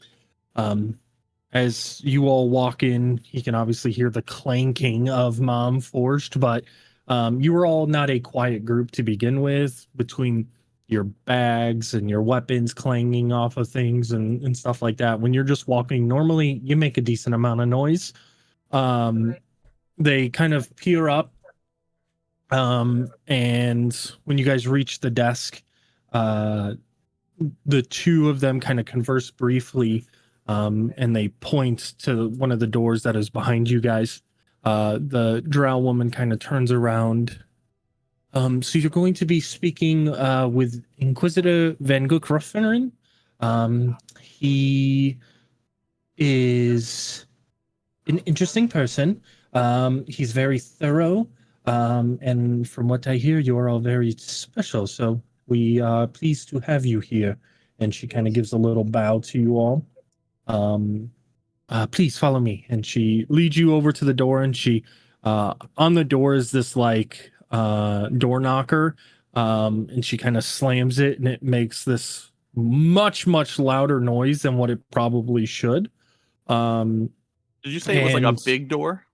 Like a it's a- huge door? Or it's a fairly thick- large like like stone a thick door. boy?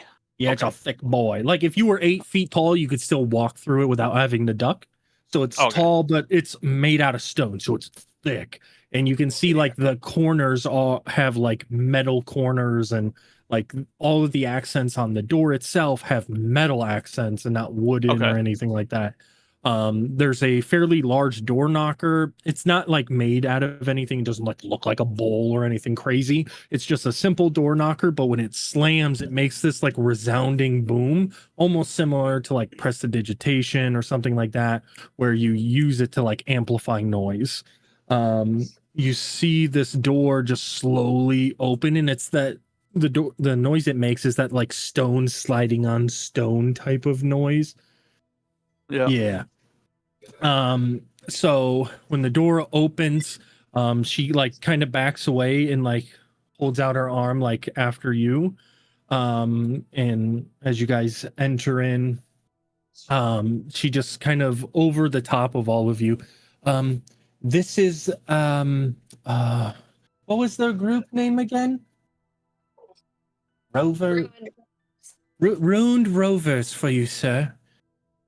And you can't see him, but there's like a bunch of stacks of books on this fairly large stone desk. And you just hear, okay, thank you. And the door closes behind you guys, and you hear like the noise of somebody hopping down off of a chair. And you can hear the little pitter patter, and like around the corner is this like very long bearded gnomish guy. His beard is like dragging behind him, like it hits the ground and then it goes another 3 feet behind him. He's wearing similar arcane styled robes, has the like sashes and everything, has that like balding on the top, but is still trying to save the stuff on the sides kind of styled haircut. His beard is like patch colored, like there's bits of gray mixed in with the dark brown that his hair is. And you can see that one of his eyes was damaged by some sort. He kind of has like a burn or a blast mark over one of his eyes. And you can see that the eye itself is like, it's that glossed over gray color. And he has like this golden glowing other eye that is currently active. And he has his hands behind his back, and you can just hear the pitter patter. You can't see his feet because he has such a long robe, and then the part that his feet probably would have stuck through, his beard covers, and then just kind of like goes around him like he's a boat going through water. And You said a dwarf or a no? gnome. So he's like 2.5, 3 feet tall, not tall by any means. And he kind of just walks up to you, and he grabs his beard and he does like a little curtsy, and he's like, hello, nice to meet you. I'd like to say hello in gnomish. One of the true tongue, thank you. Can I, He says back to you in gnomish. hearing dwarvish, can I still understand, or is it like vaguely? Tongues You But you- understand any language. understand any language, I'm pretty sure. Can you just repost it? Because Yeah, I'll repost it. my shit's going slow. Spoken creature you touch with the Too much ability to fiber. understand any spoken or signed language that it hears or sees. So you're good. Okay. So you can understand the dwarvish or the gnomish that's coming out of them. Am I able to speak it, or is it just I can hear? I think you just understand it. You can just understand with tongues. Okay. There's a spell later on, I think, that lets you Mhm. also speak any language. So I hear that you're our new hires and that you're here for a little bit of information. Yes. I'd say Indeed. that's a correct statement. Let me see your hand. And he reaches up towards you, Theo, and grabs your hand. And he's like I dap him looking it up, yep. over. Pulls you in. What's up, What's dude? up, bro? I pull him up so he can tap my shoulder and put him back down. He's just like, thank you. That was weird. No, and he like looks at your hand and he's like tracing like the folds and the creases in your hands. He walks over to you, Mev, and does the same thing. You have different creases. Everybody here has seen the anchor, correct? Yes. No. Not him. No. Not No, him. not me. Pointing at Theo. That explains the creases. Who else has seen it? I'll hold out my hand. He Everyone goes else. and he investigates everybody else's hands. Same creases, different crease. That explains it. Perfect. Okay. Just needed to make sure I was talking to the right people. So, anchors, from what we understand, are a couple things. Sorry, where are my manners? And he claps his hands, and like from underneath, like out of the walls and underneath like different like bookshelves, these like stone stools kind of like drag themselves out and kind of place themselves in like a half arch in front of him. Please have a seat. Do any of you need like a drink or food? Are you hungry? I would not turn down a meal. What a gentleman. I would take some wine if you have any. Ooh, we're getting spicy this early. Okay. And you Long see trip. he walks over to this wall and he like rubs his hand like in a pattern on the wall, and like the stone wall kind of separates, and it's like very like this is the good top shelf shit of like it's stuff What do I in gotta glass roll to see if I bottles. can notice and remember the pattern? Give me, we'll say perception. Well, investigation if you're just doing the tracing. Well, I want to know, like, I want to see if I can notice, like, exactly how he does it. So if there's magic involved in anything. We'll do perception or arcana then. Whichever you want to do. I haven't rolled Arcana in a while. 15. Okay. You feel like you have a fairly decent understanding of everything. You definitely know that he used some form of like magic. He was facing away from you, so you don't know if he was chanting. You couldn't hear anything. But you know he at least imbued his touch with some form of magic. You followed the tracing and you kind of know. But it opens up and he has like booze in glass bottles that are separate from their bottles, so you know this is like the good shit. And he like these like sets of like stone stairs kind of just like and come out of the wall so he could walks up and he grabs a couple. Why, anything else for anybody else? I got whiskey, ale, I got mountain water fresh from the spring. Mountain water for me, please. That sounds delightful. Oh, cheese, good sir. Trust me, here we don't skimp. And he does the like motion again, and like to the side of that, like a charcuterie board like opens up. So in my mind, when you said the stairs come out, I just envisioned the shelves are made of stone and they just extend. Like Yeah, pretty the much. front of them just like slide out and just make like the floating staircase for him. Yep, pretty much. So he grabs some drinks and he hands everybody what they were looking for, and he grabs a couple plates and places some cheese and different sliced meats onto it and hands those out to everybody. All right. And you see him snap his fingers and everything and closes up. Woo. Well, enjoy. 2 different types of meats. So sorry, I forgot. Was anybody vegetarian? That's my fault. I am actually. Oh, sorry. And he like grabs a few slices of meat and he just like I'll sorry. slide an extra piece of cheese over to Mev's plate and be like, here you go. Vegetables are a little bit harder to grow down here. A little bit more expensive too, so you may run into that issue when you try to get food here. Wonderful. But yes, welcome. Thank you so much for coming. I must ask, before we get into the nitty gritty, you, and points over to like Mom Forged, are interesting. Who built you? My mom. Oh, your mom. Uh-huh. She's a gnome. Kind of like pitter patters over. That's how you know the good tongue. Uh-huh. Like it is inspecting Mom Forge. Yeah, he said good tongue. You heard what He's I gonna said. snicker at it. You know that good tongue. He's inspecting Mom Forged, and Mom Forged finally is like, excuse you, but that's a little rude. Oh. Hello, that's racist. Kind of like is surprised, but like in a ooh kind of way.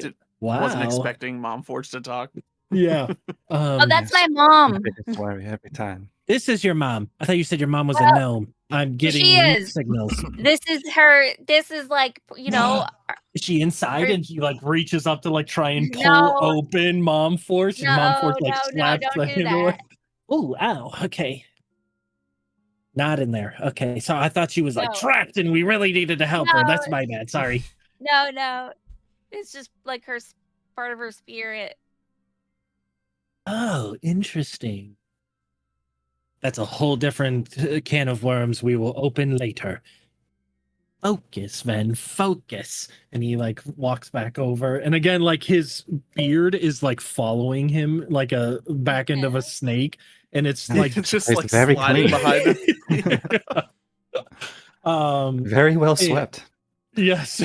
Like certain areas you can tell where he walks a lot. No dust. The other areas, the like dust in the corners is like building up. It's like in the backyard where a dog has a very set path it runs. Yes.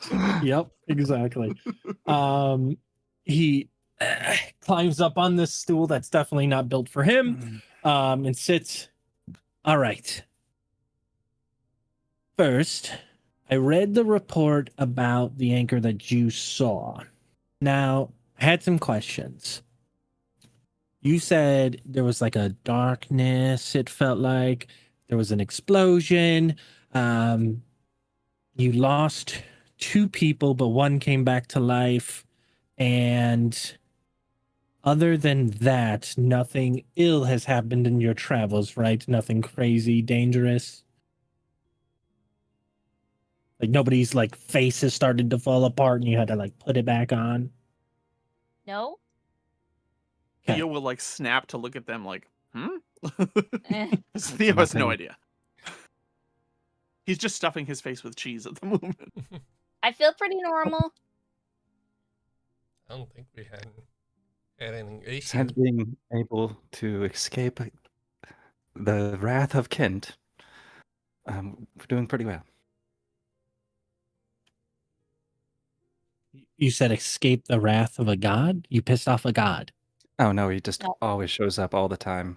It's quite irritating, to be honest. Yeah, isn't that like the 3rd time you've been mentioned in like the past week?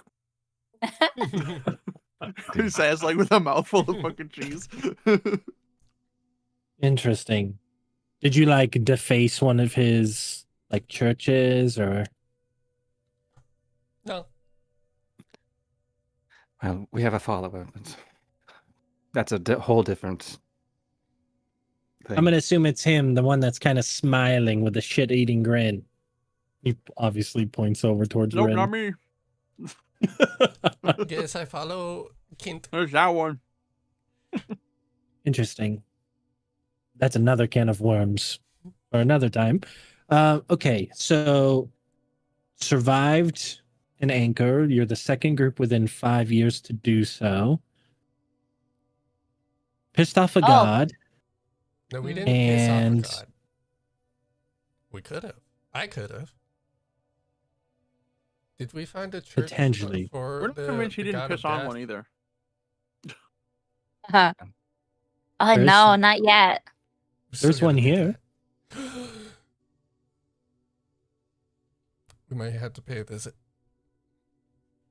Yes, later. I don't want to know about things I don't want to know about. Anyways, okay. Your friend that died, how did he die? It was in battle, or they left little bits out of that. They just said that you had two members die and one was brought back to life. They were trying This is to... where Matt would look at Mom Forge, but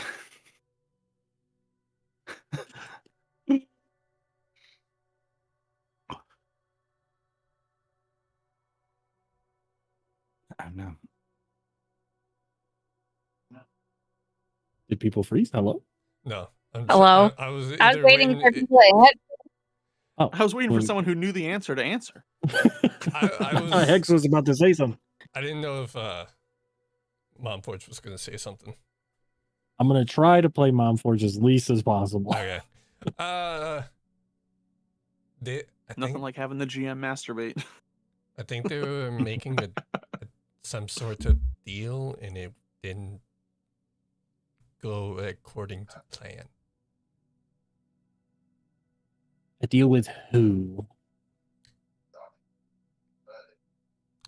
I don't think we had his name. Fuck. Who was it? You have his journals. I have his journal. Nyreek. Nyreek. Nyreek? Mm-hmm. Oh, that butler guy you mentioned. He looked like a butler. Oh, that. Hey, the butler. They mentioned butler in the notes. Okay, so butler offered a chance for what? Power for them to team up with you. What was offered? Can I get a history check? Sure. Then, you know, it was to acquire power, but if it failed, it would take the life of the person. And you know that both people that tried failed. So was like to gain some sort of power that he was offering, but if it didn't go right, it would come at the cost, and we don't have our friend. But one person died and was brought back. Yes. Is that Present. through- Oh, present. Hello. And he hops back down. He starts looking you over. And please. And Gives hand. He is like now smelling you. you smell different when He's you're like- awake.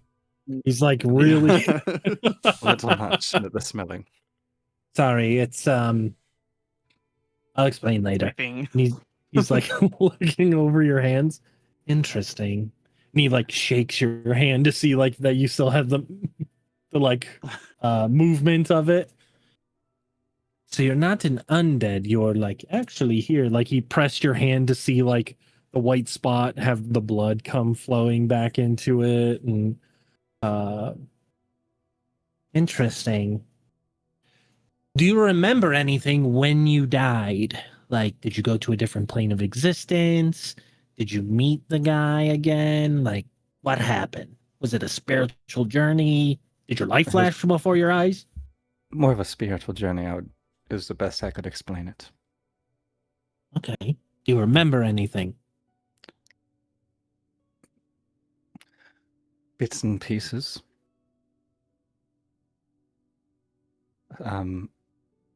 People trying to control and destroy the gods.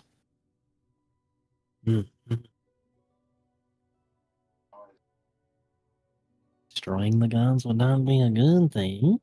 Raid and everything we see. That's it. And, of course, the reform of the gods. New ones. So you're saying there was gods before these ones, Yes. and the previous gods were destroyed in your journey. Okay. Something like that, yes. It's very hard to put into words.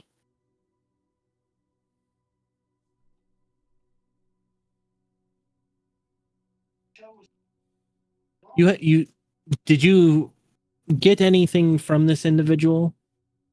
An item of any sort, a necklace or a weapon, boots, pants, underwear? Nothing that I can think of. No, we have a book. We have his that diary or book. whatever. Yes, we have the books, yes. His journal. Would you mind if I took a look? Yeah. Do you also want to see this weird crystal that I don't know what it is? You pull out this weird crystal purple thing. Where did you get that? Where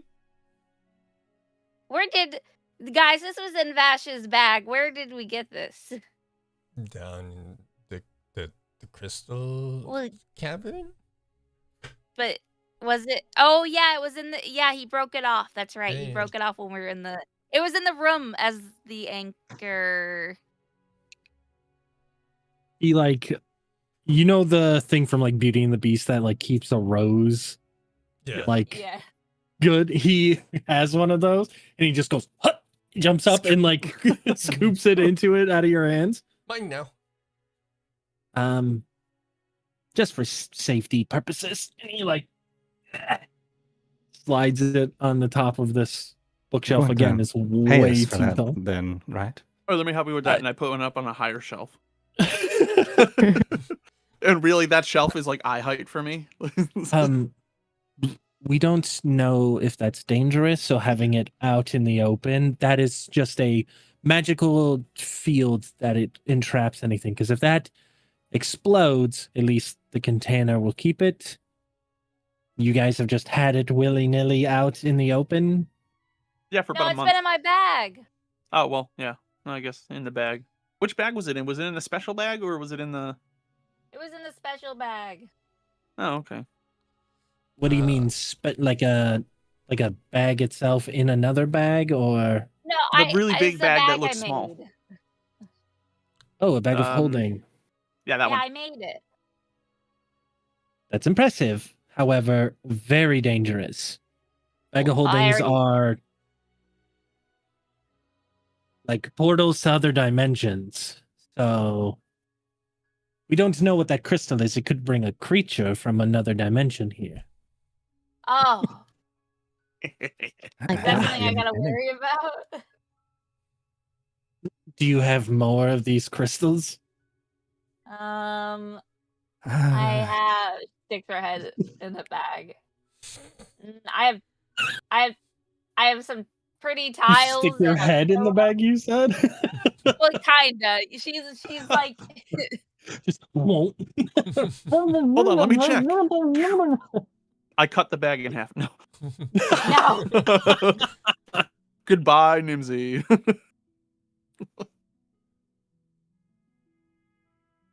Okay. You'll be free to take that after. I'm not stealing it from you. I just want to guarantee safety while you're here. Once you get out of town and you want to wave it in the air like you just don't care, that's your prerogative. I am safer here when it's in a protective barrier. Got it. So, crystal anchor. It was described in the reports that there was an individual inside the anchor and combat ensued after there was a dispute. A body recombined with an ethereal body. One of you opened the anchor by striking it with a weapon, and The battle ensued. People nearly died from an explosion. The deal thingy happened. 2 people died. 1 person was brought to life. And then you left. And you got these Wow. journals. Yes. Okay. He sets those on his chair. All right.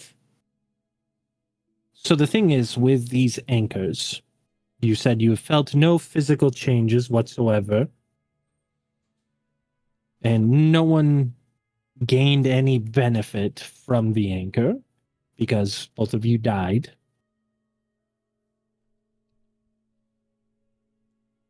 What brought you back to life? A death like that would surely take a lot of magic. Was it a spell that brought you back? It is a good question. I mean, I I tried was to. behind. I tried. I to was heal- dead. I tried to use magic to see if I could bring him or save him. So you tried but couldn't. You don't. I'm not 100% sure if it worked. Are you even capable of bringing people back to life? Yes. Cleric of Kind? Yes. But you Well. didn't. At that time. You couldn't or you No. didn't. I mean, I have a cantrip that can spare a dying person.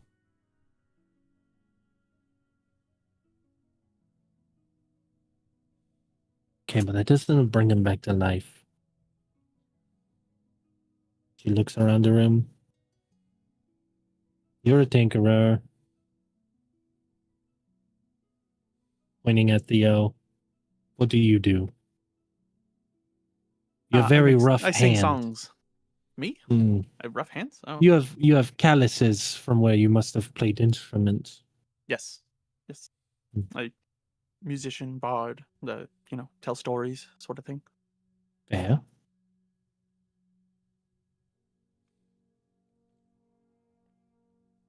Generally, warforges aren't imbued with enough magic to bring divine healing down, so I'm going to go not you. That is correct, but also rude. So that leaves you 2, and if you were dead, you're not going to resurrect yourself unless you did and you didn't know of it. Are you carrying a pendant that maybe you Oh forgot well, about? it didn't work.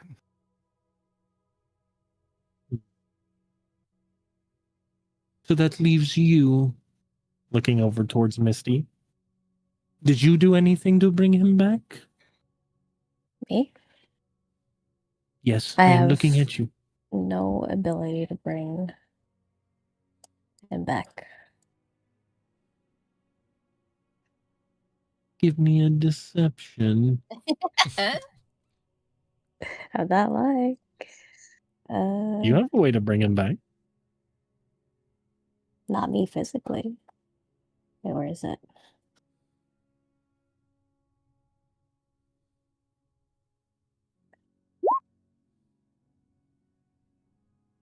He still has to roll. There's a chance. That He one. rolled a 7. Ooh. Hmm. He like walks over to you and puts his elbow on top of your knee. Just gonna try and shake it off. Okay. If you say so. That's I can heal Kinda. people, but again, I don't have the ability to bring people back.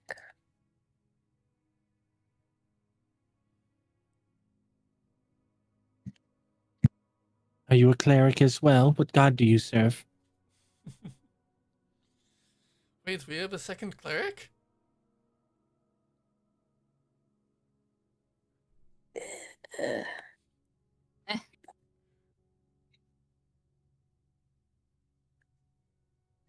Uh, I do have a patron.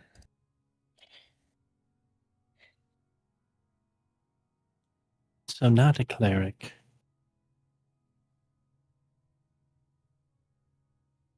A warlock. What's that? Never heard of a patron that gives the ability to heal others. Usually it is nefarious, but you have a patron who is not a god, correct? Yes. Well, are they one of the major gods? Are they the goddess of life or death or No.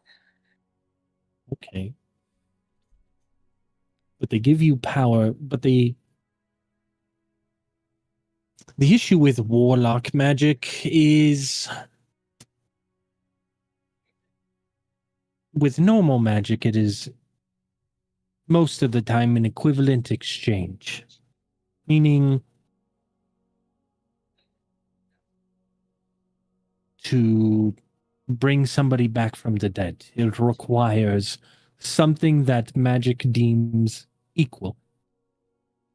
A diamond worth an inexpensive amount of value, the rarity of that, plus the amount of magic imbued in it, generally offsets the requirement to put a soul back in a body.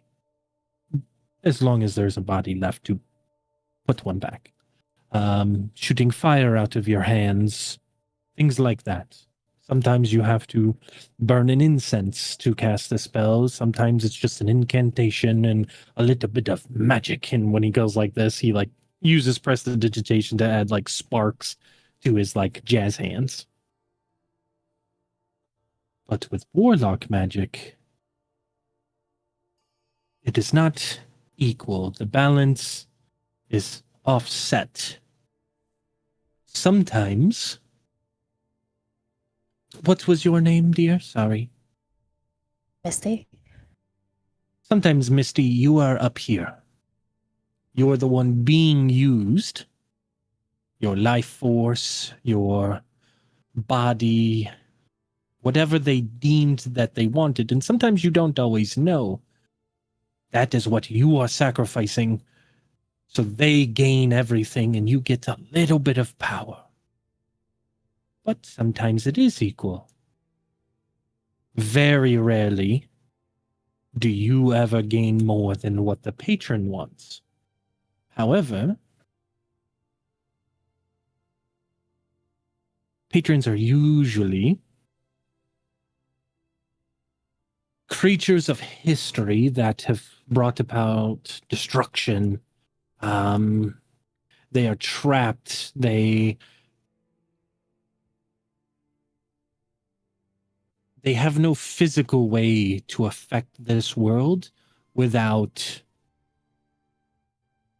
people. Things to use their magic. While they bide their time, they use you as a catalyst, as a ride here. But I've never heard of a patron in writing, history, or any of the likes of people I have met that have ever allowed them to heal people, help people. That generally takes a divine strength, a divine power. And I don't foresee a divine, any creature stooping to the level where they would need to give out their magic in an exchange to help themselves. Divine creatures are very usually just and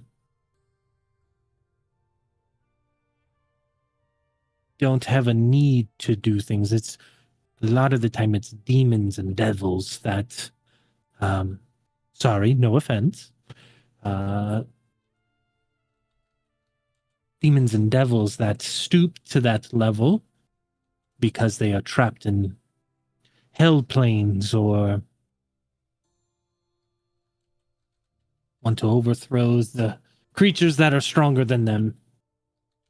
But I don't sense anything innately evil about you. You're an you. interesting person.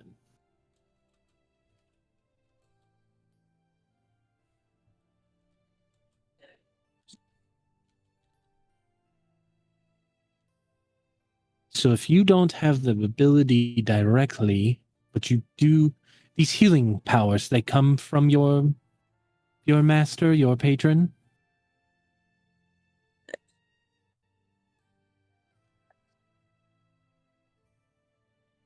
No. Kind of.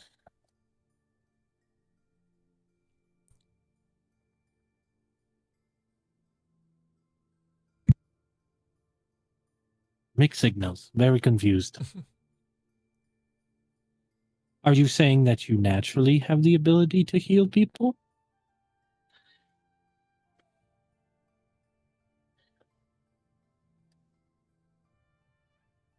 Trying to find a way to explain this. What are you trying to say, Bubs? It's part of like her celestial thing. So you could say naturally she has understood how to heal people from whenever she could remember. Okay. It's a part of her race, though. Yeah.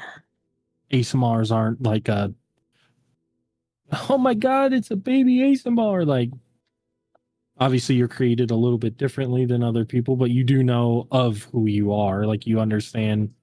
I've learned it, kind of thing, as well, right?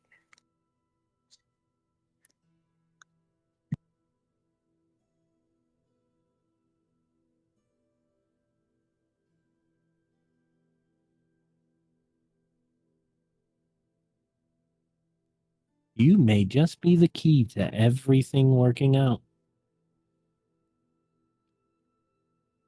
What does that mean?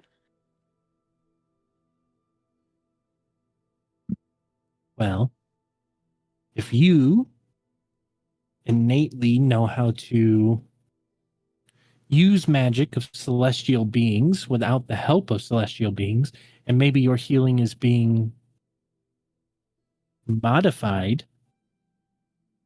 maybe enhanced through your patron, who, if you also know magic through them,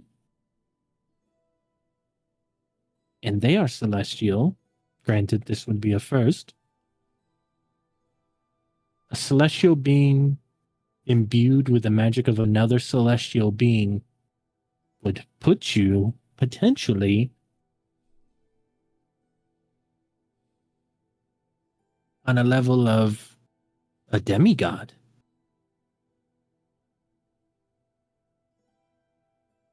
Huh? A child of a god who made love to a mortal. Okay.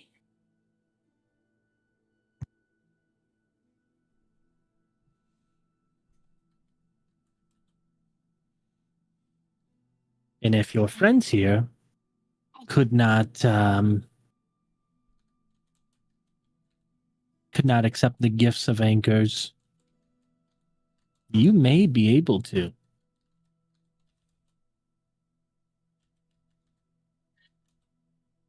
I mean, I could try. We ever fall in that circumstance again? I think I have something for you all. And he like walks behind his desk again, the pitter patter, pulls down a book, and you see it start leaning. And you see the books basically are falling, and then they right themselves. Whew, that was a close one. You see like a mage hand kind of like grabs the side and like pushes the books back up. He blows off this book. Let's see. Aha. And he like shows you an image. And let me post it in general. Posty post. Where'd it go?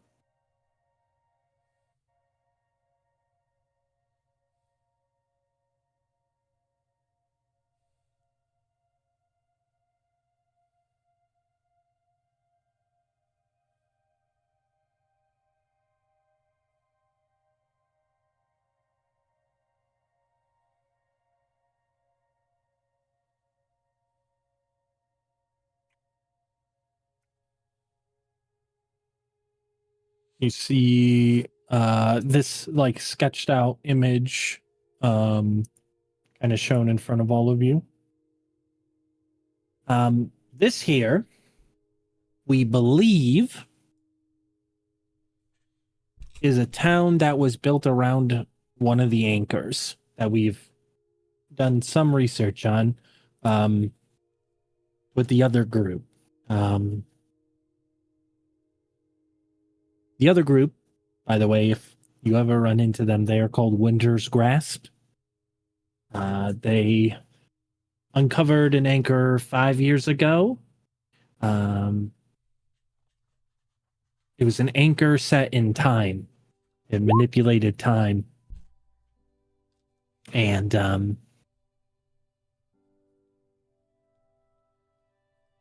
anyways, long story short, they made it out, but it was dangerous, and they've been able to sense kind of how the magic has flown through this world.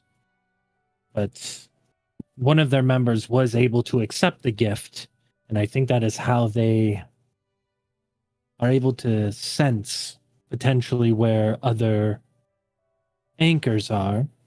And there's this small town nearby, a few days south of here, that this crystal gave them similar feelings to how the previous area that they sought out made them feel. It is a town called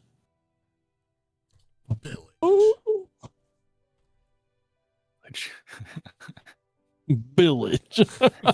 Could you imagine? That's more than a day away, but Yeah. I don't know. I live underground, so who knows? I can't tell if it's daytime or night. They called it Play the the game Dawn anytime, daytime. Spire. The crystal, the way it is formed, when the sun hits it on sunrise, it almost creates a dawn effect over the town before it raises more. And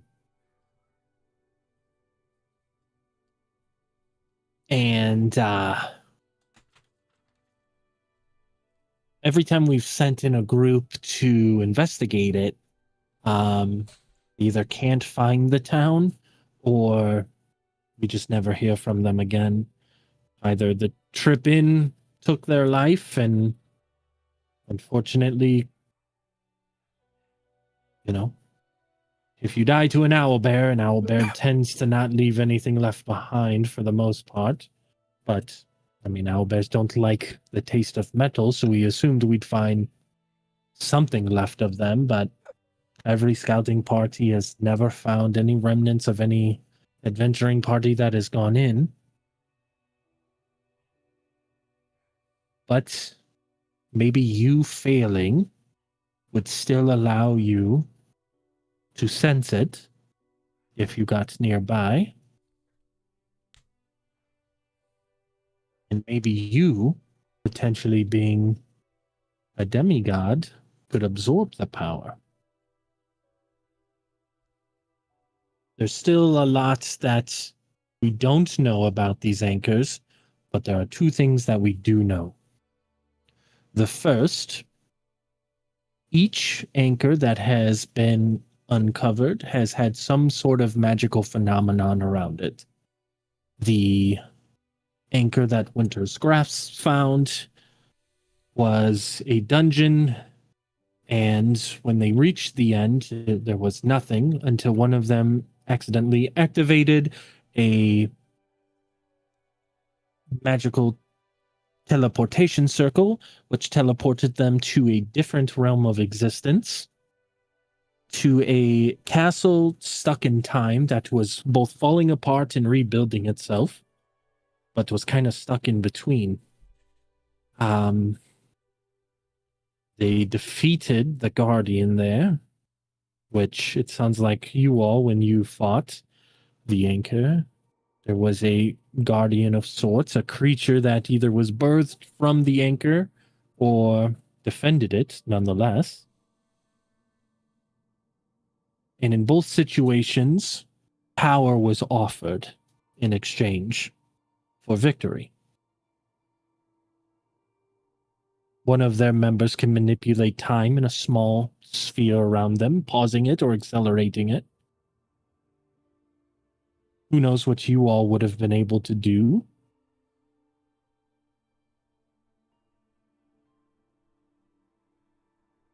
But if this town is linked to the anchors, then the compass has tasked me, if you passed my inspection of you, my inquiry, to offer you a job. That job is to investigate this town, Dawnspire. Confirm that it exists. And if it does, descend into the town, investigate the crystal, and if you deem it an anchor, it'll be your decision at the time. You may either return here, and we can discuss the matter further about next steps, preparations, or if you believe that you can handle the situation by either destroying the anchor, absorbing the anchor, or what you believe would be best for the realm in terms of protecting the realm. So don't put it into a state of chaos and peril.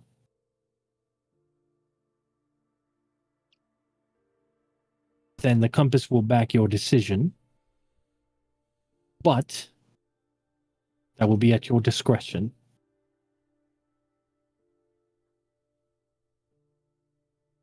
If you are successful, obviously you will, if it is an anchor and you can absorb its power, we strongly suggest you do so. Secondly, the compass is willing to pay a exuberant amount of money to, if it is an issue, deal with said issue, remove the issue, make it so that this mortal plane is no longer a threat from these. And if you believe it to be beneficial for this plane of existence, to find a way to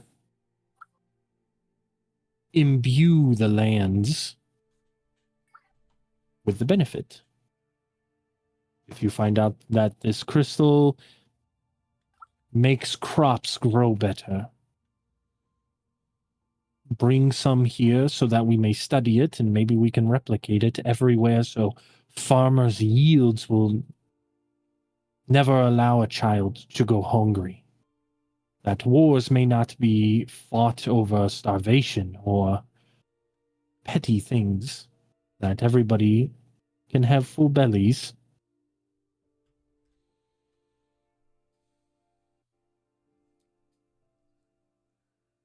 I do not expect an answer tonight. I will give you some time to discuss it amongst your group. Clearly, you have one here who has not been involved with anchors in the past, so you may need to bring him up to speed a little bit more than what I have been. The library will be yours to use as you see fit here. There are rooms here if you would like to stay, but there are rules for here. Otherwise, you may return up to the second floor where there are more inns. A little bit less rules, a little bit less eyes. However, like I said, the library is for you to use. We have hundreds of years worth of material here on things from cooking to fighting to magic and monsters and portals and even some unforged machinery built for war. Ooh.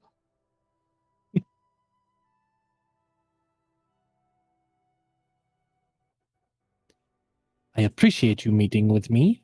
How about we say we meet in 2-3 days? Does that work enough time for you to discuss that with your group and come to a decision? You can do some research. And if not, then no harm, no foul. Yeah. That works. Okay. And if we need to get word with you, how do we do so? Oh yes. He grabs the like medallion that you got that you gave for like just the initial thing, and he just like yeets that into a corner pile, and you see that there's a pile of them that he just kind of throws them into. This is my insignia. This will get you in and out of this building. If somebody stops you, you flash it, they fuck off. If they don't fuck off, you tell me about it, and I make them fuck off. Okay? This is good. You will return this to me, whether you deem yourselves wanting to do this job or not. You may, like I said, come and go as you please from this guild hall. Library. There's some training rooms down the hallway as well if you need to stay active, stay fit. Maybe some of you don't like to read that much. Completely fine. There are other ways to be useful to a group, from which I understand. There is a forge if you need to tinker with some things. Very good forge. Top tier materials and equipment. But we will meet here in 3 days' time. I understand that being underground may give a little bit of an illusion that time does not really pass here. Most of the inns have a lights out policy, meaning they use magical darkness to replicate nighttime and daytime. That they over the years have basically they've matched up with the outside sky through magic and fun stuff. But you should be able to get shut-eye no matter where you stay due to things like that. But if you look out a window or something like that, try not to do it too much and use that to gauge your time because you may go a little mad. And that is normal. They call it cabin fever.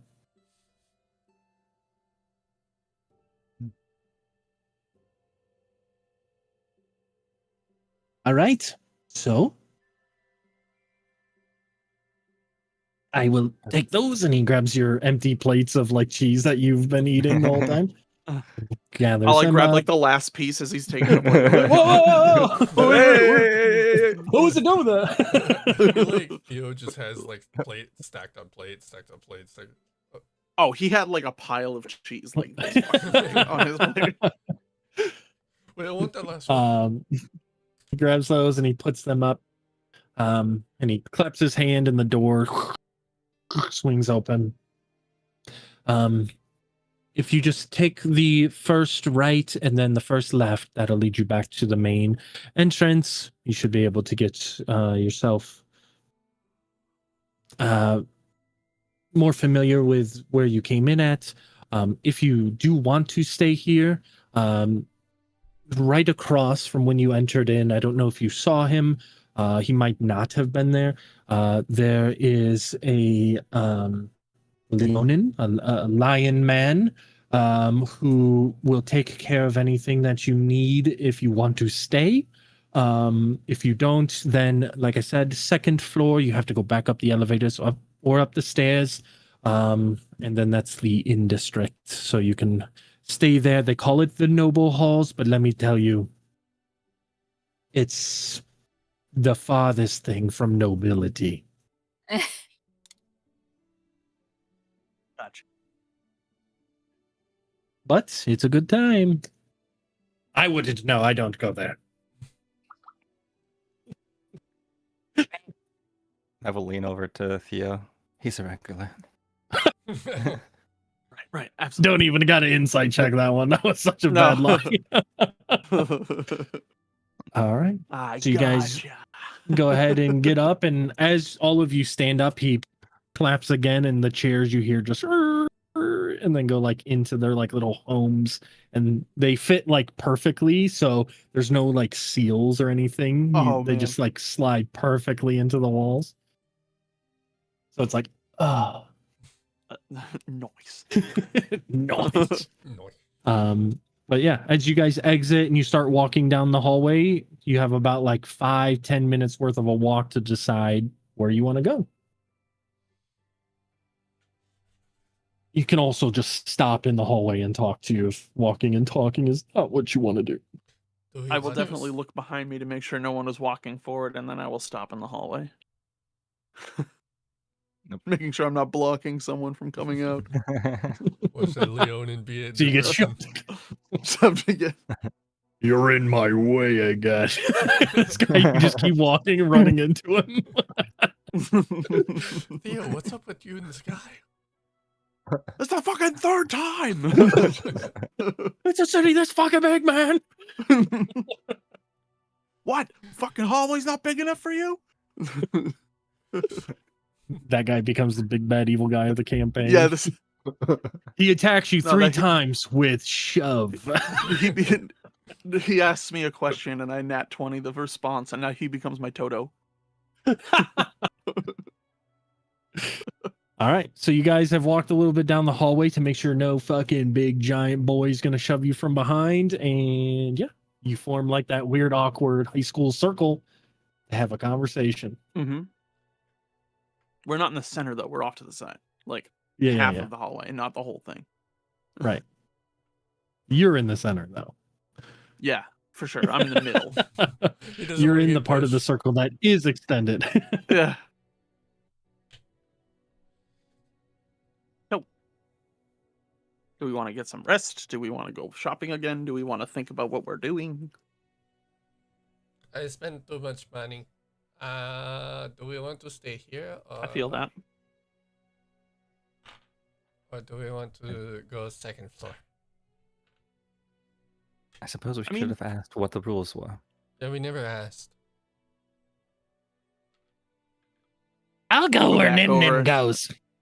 Go back in and knock on that big fucking door. Hey, I forgot a question. I got a question. Very important question. I mean, I don't see much of a difference. I mean, if we have to come back here anyway, staying here wouldn't be a problem. Especially if they said they have the training halls and the forges and stuff. And But what are the rules? Yeah, I want to use the forge. Of course It does sound great. It Eh. almost sounds too great, though. what if, hear me out, all of us split up into different directions? No, I'm just kidding. You're right. Split the team up, okay. It's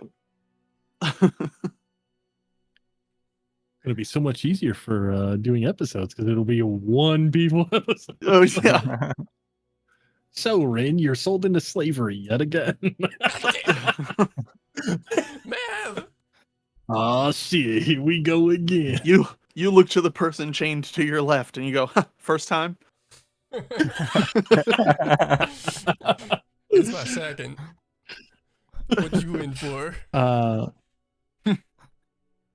You can kind of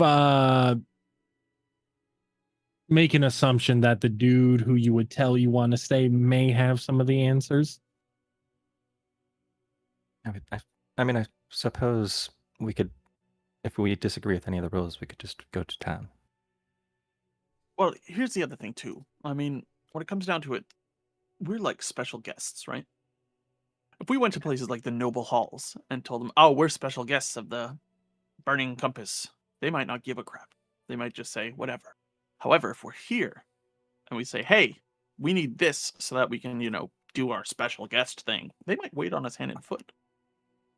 They might get us That whatever does we need. sound- I mean, that cheese and wine was quite wonderful. I could get used to That's that. really good cheese. I had a plate like this big. I mean, that's think- where my thought is. I mean, we could always not hear the them only out, person to and make a we could decision here, also so- use their library to do research on them as well. true. That's true. And the market is right there. Very limited stairs, but catching that elevator sounds like it's going to be a pain in the ass. Right. I mean, I think we should at least go check it out. Now, to clarify, the forges, they have one in the guild area, or were they talking? Okay, I just want to make sure because I see on the map From there's, the like, outside, sections. you know. Yeah, from the outside, you know that this is a pretty big one. Now, is it an elaborate forge? Probably not. This is probably not one of the ones that you would be like, I'm gonna build a giant war forged here. It's But it's like a maker oh, my space of sorts, armor right? is like fucked up, or ooh, I got some materials and I kind of have an understanding on how to make things. It's like a Yeah. personal sized forge, like for one person and like doing small things, it's perfect. But like the bigger forges or things like that, those are probably more for like, okay, these are like the real deal. Like these are, you know, that this place is built into the side of a mountain. So the forges here might use fire, but the forges out there probably use lava. That's odd. That is hot. And there's a lot of them. Well, I'm going to cast my vote for staying here. We should definitely inquire about the rules, though. Agree.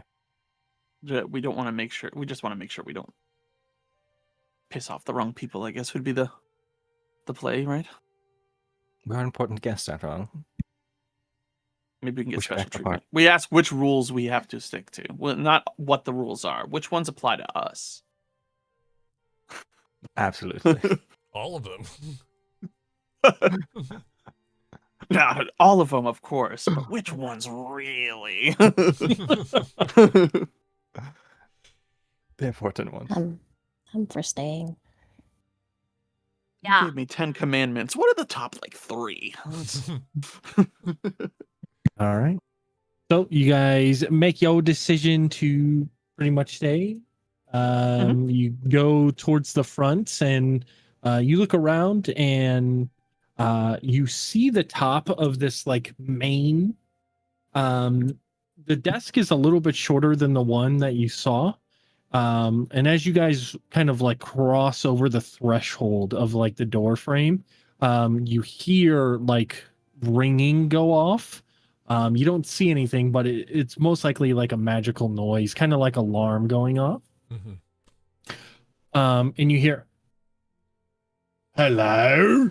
And around the corner is this super short, 3.5, 4 foot tall Leonin, who is like a teacup version of a Leonin, or like a pygmy dwarf version of a Leonin. And he just comes around, but his head is like the normal size of a Leonin. And he just kind of like walks around, almost like waddling like a penguin. And he goes, hello, how can I help you? And he like does this bow, and he's in like a nice suit. Second person in a nice suit. I want to know, could I have cast like Dispel Magic the moment those bells started going off because they were annoying? You can try. Sure. Those bells. Let's see. How do I cast it? Actually, I think it just happens if it's, let's see. Choose one creature or, let's see. I want to put it in the chat. There it is. Any ongoing spells of level 3 or lower on the target ends.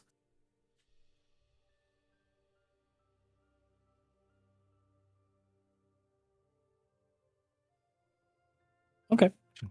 We They walk go, in and ding, we hear ding, I go, ha! And it just kind of. Sorry, I have a Hey. thing with bells. I I have a apologize. thing with people turning off my magic. Yeah, no, I apologize. There's a reflex. I didn't mean it. I totally meant it. No, I'm just kidding. That's all right. I'll forgive you. Thanks. So, what did you need? Are you staying here? Yes. We're sent by Van Goo Raph guy. I'm bad with names. Oh my god. Oh, Ven. Yeah, Ven. He's a good guy, that Ven. He's I like very him. nice. I Very like good Ben. cheese. Very good cheese. Very good cheese. Did you try his wine? Very good Oh, wine. it was Mav, you exquisite. had the wine, right? Oh yes, exquisite. Yes. The mountain water? Yeah. Mm. Ooh. Careful with the water from the mountain here. Can give you the shits. Uh-oh. Good thing I counteracted it with the cheese. Ooh, true. They go perfect together. You know, I never thought about that. I should try that next time. Yes. Okay. All right. But yeah, so we wanted to know more about, like, you know, before we make our final decision to stay here, what kind of rules apply to us? Like, you know, we were told there were rules with the place and stuff like that, and we just want to make sure Yeah. we're not gonna do anything crazy like that, you know. Sure. Okay. Let me grab the book. It's been a while. Book He like says pulls out "Got this rules." big book. It says rules on it. He just opens it up, and there's a lot more pages that are blank. You see him like start from the back and do the like fanning thing. He goes through a significant amount of the book. It's all blank, and it's like the last 4 pages have stuff written on them. All right, let's see. Okay, rule number 1: no sex. Okay, we don't want to clean up after you. That's gross. Okay, don't do it. If you want to do it in the noble halls. Okay, they have people that clean up after you. I don't do that. Number 2, no shoes on the bed. Okay, I don't want to have to clean up again. Okay, make sure that you take them off when you get into the room. Rule number 3, no food on the bed. We don't want moles in the bed. Okay, your crumbs and everything, they attract moles. We don't want moles. Okay, they're like rats but bigger here.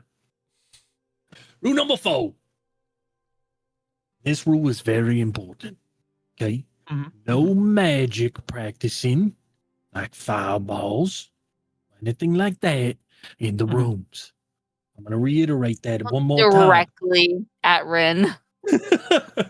I think we No all do. magic usage. Sure. All of us turn at Rain, just staring at him for half a second. He What are you walks staring at underneath you because he me? notices everybody looking at you. No magic usage in the rooms. I know how to follow rules. I don't know. don't You use look magic like for it. everything. Okay. The rooms have innate magic that if you need something, like say you want a glass of water, okay, you think it, and the room will open up a little slot and it'll shoot you out a nice little glass of water. For you, you look like a warm milk kind of lad.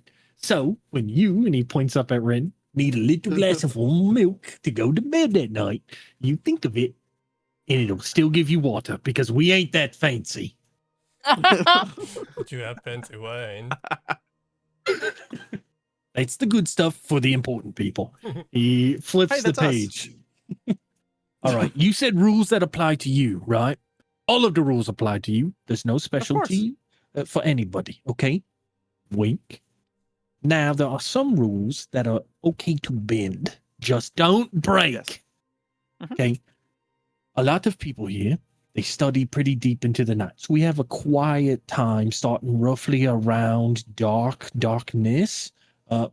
Sorry, you're not from around here. So dark is when the lights go down a little low. Darkness is when they completely turn off.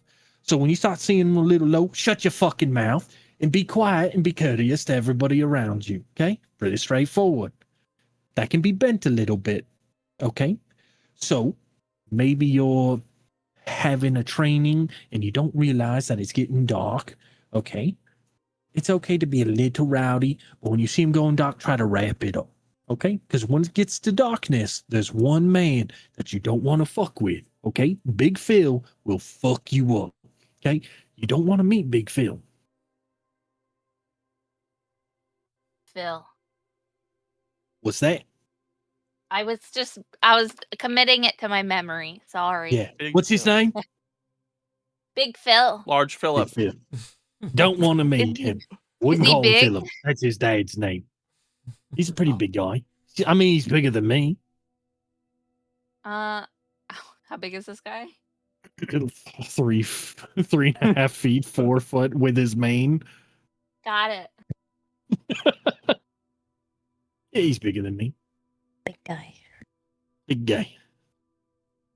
And the most important rule is depending on your religion, there's some that are allowed, some that aren't necessarily as liked here. So, do you have a cleric in here? I knew it was That's going a- to be you. You have the face of a fucking cleric. Come here. Come down here. Come down here. Come down here. I just Come down stare at here. him. Dick punch. Hang on, he's gonna Can I roll a dodge d20. it? We'll see if you dodge it. Yeah, hang on. Roll Well, he's initiative. gonna. It's for against your AC. Natural motherfucking I think I got 20 Hold hits, bro. I have inspiration. You're not gonna use inspiration on a dodge dick punch. Can I still dodge it though? If You rolled a natural 20 to your AC. What is it? Acrobatics or? No. Your AC. Oh, my AC. It's 18. Yeah. No, I ain't dodging. Because that includes like dexterity to like move out of Your the way AC and is stuff like that. 18? Jesus. Yeah, his AC is insane. Yeah, because I It's have really a high. shield. And I thought my also have 15 was pretty good. I have Well, a shield and a I don't know if scale you mail. necessarily have your shield out right Oh now. yeah, you shield. So, Yeah, because shield would be Regardless. +2. Either way. Regardless, like he didn't put all his strength. It was like, you know, when you like roll over on one of your nuts Cup when you're check. sitting down. It was like that. It was like, ooh, okay.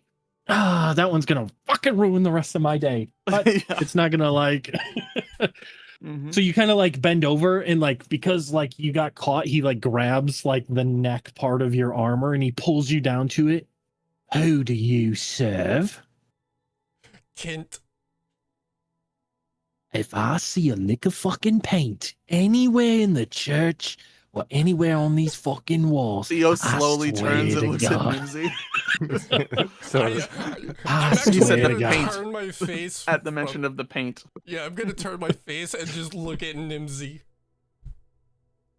As you go to turn, you feel the like small, he has really tiny hands. So you feel like little baby claws on your chin.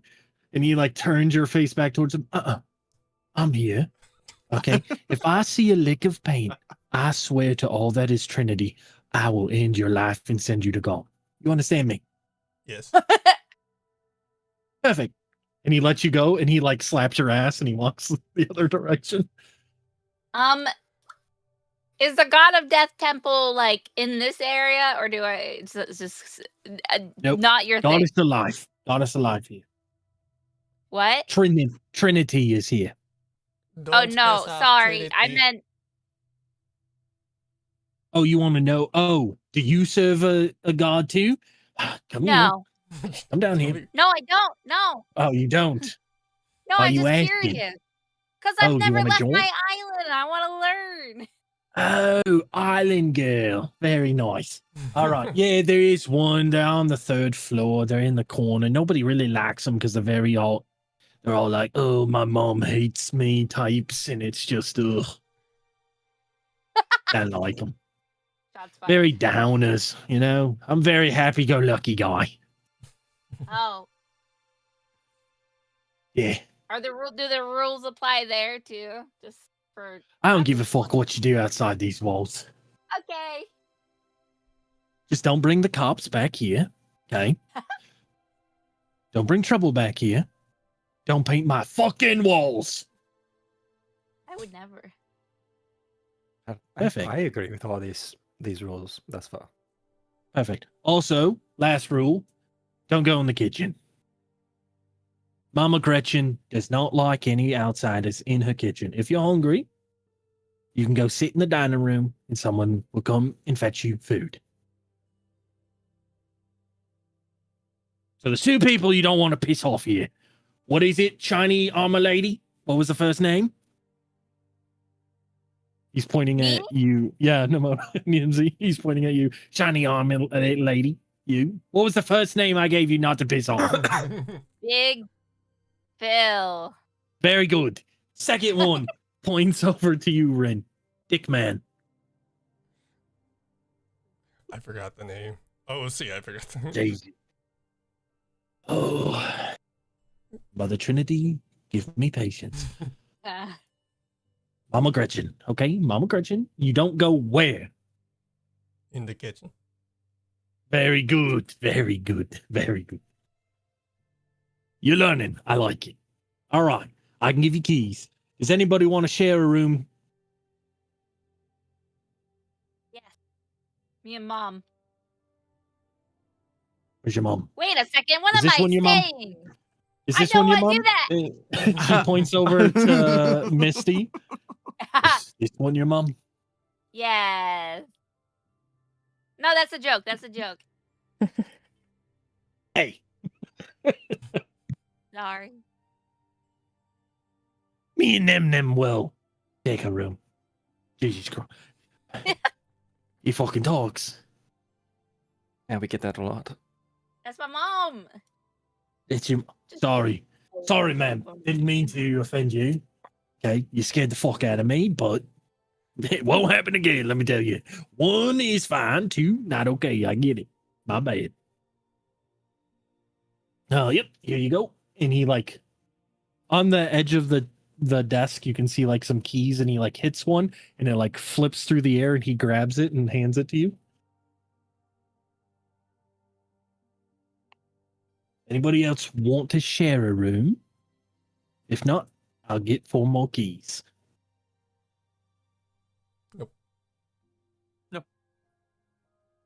And I'll take my own room. 4 keys it Need is. us? Are you low on res? Have you seen the size of this place? It's pretty fucking big. I mean, yeah, I guess. Yeah. We have a lot of people that come and go, so we had them build a fairly large extra quarters on the side. So he hands out the keys to everybody. Just so you're aware, if any distress happens to you while in the room, it can detect life force. So if your life force goes from anything above dead to below that threshold, we will be notified and we will come in. That is the only time we will enter your room without permission, is if the magic in the room detects that you are dead or about to die, like on death's door. This is the goddess of life's kind of house. It's kind of what it was founded on. So we like to keep people alive when they're here. If you want to die, there's always the second floor. You can go up there and fucking do it. All right, let me show you to your rooms. And you hear the little pitter patter as he has his like hands behind his back, and he's just like The you- mane just like floofing back. you hear like large steps of like, Oh god, is he back? and you see the little guy. He just looks to his left. What up, Phil? And he just keeps walking. And as you guys get to that threshold, all you see is the like very like back half of him, and he's tall. He's like to the ceiling, and you only see the very like flowing like cape as it is passing by the end of the threshold. So you guys are basically passing by at the exact same time. So you just miss out on seeing him. Damn. He leads you down this hallway and kind of shows you to the door. All right. The doubles, you're going to be in here. And these next 4 rooms, I don't give a fuck which one of you wants what. You choose one. Also, name is Theory. And I'm at your service.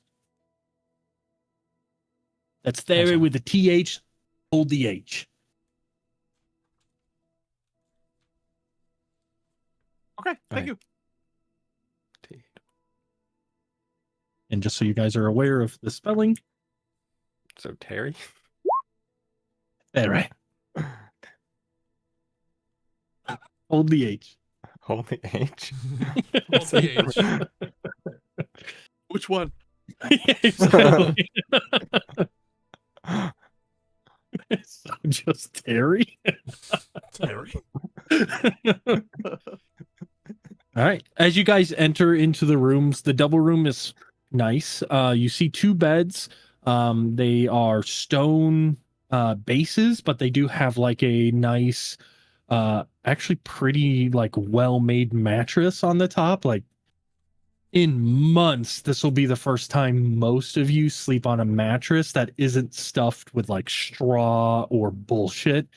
So like your night's sleep here will probably be the best night's sleep that most of you have had. Well, probably for Nimona ever, because lived on an island, like you guys rugged lived. Like it was like a kind of straw half feather makeup for your bed. Like it was enough. You thought it was great because you didn't realize the rest of the world. For most of you, this will probably be the best sleep you've had in a while, if not ever, if you've never slept on like an actual true mattress. And you can see that there are chests in the room for you to like store your things, hooks to like hang like cloaks and stuff like that. They do have actual armor stands for you to like put your armor on so that you can like clean it or do repairs to it. And there appears to be like personal bathrooms, like of an actual like tub in it.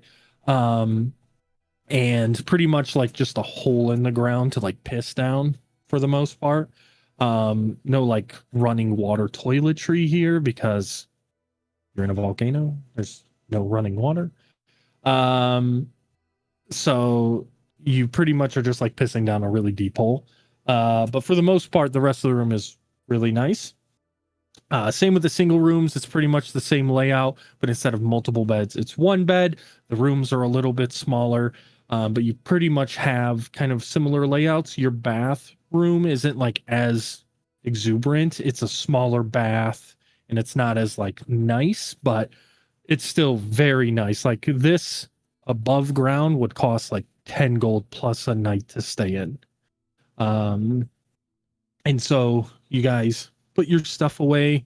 Does anybody absolutely need to do anything before bed? I mean, the only thing I probably am gonna do is check to see if the necklace is made by Kent. Okay. Do you have like identify or something? I don't think I have identify. I think I'm just looking for his signature or something. Okay. Go ahead and give me an advantage. Investigation. Yeah, sorry. Investigation. I said advantage. I was Investigation with advantage. That's a 3. That's a 10. A 10. You inspect over the amulet. You don't find Kent's insignia, but you do find Trinity's. Interesting.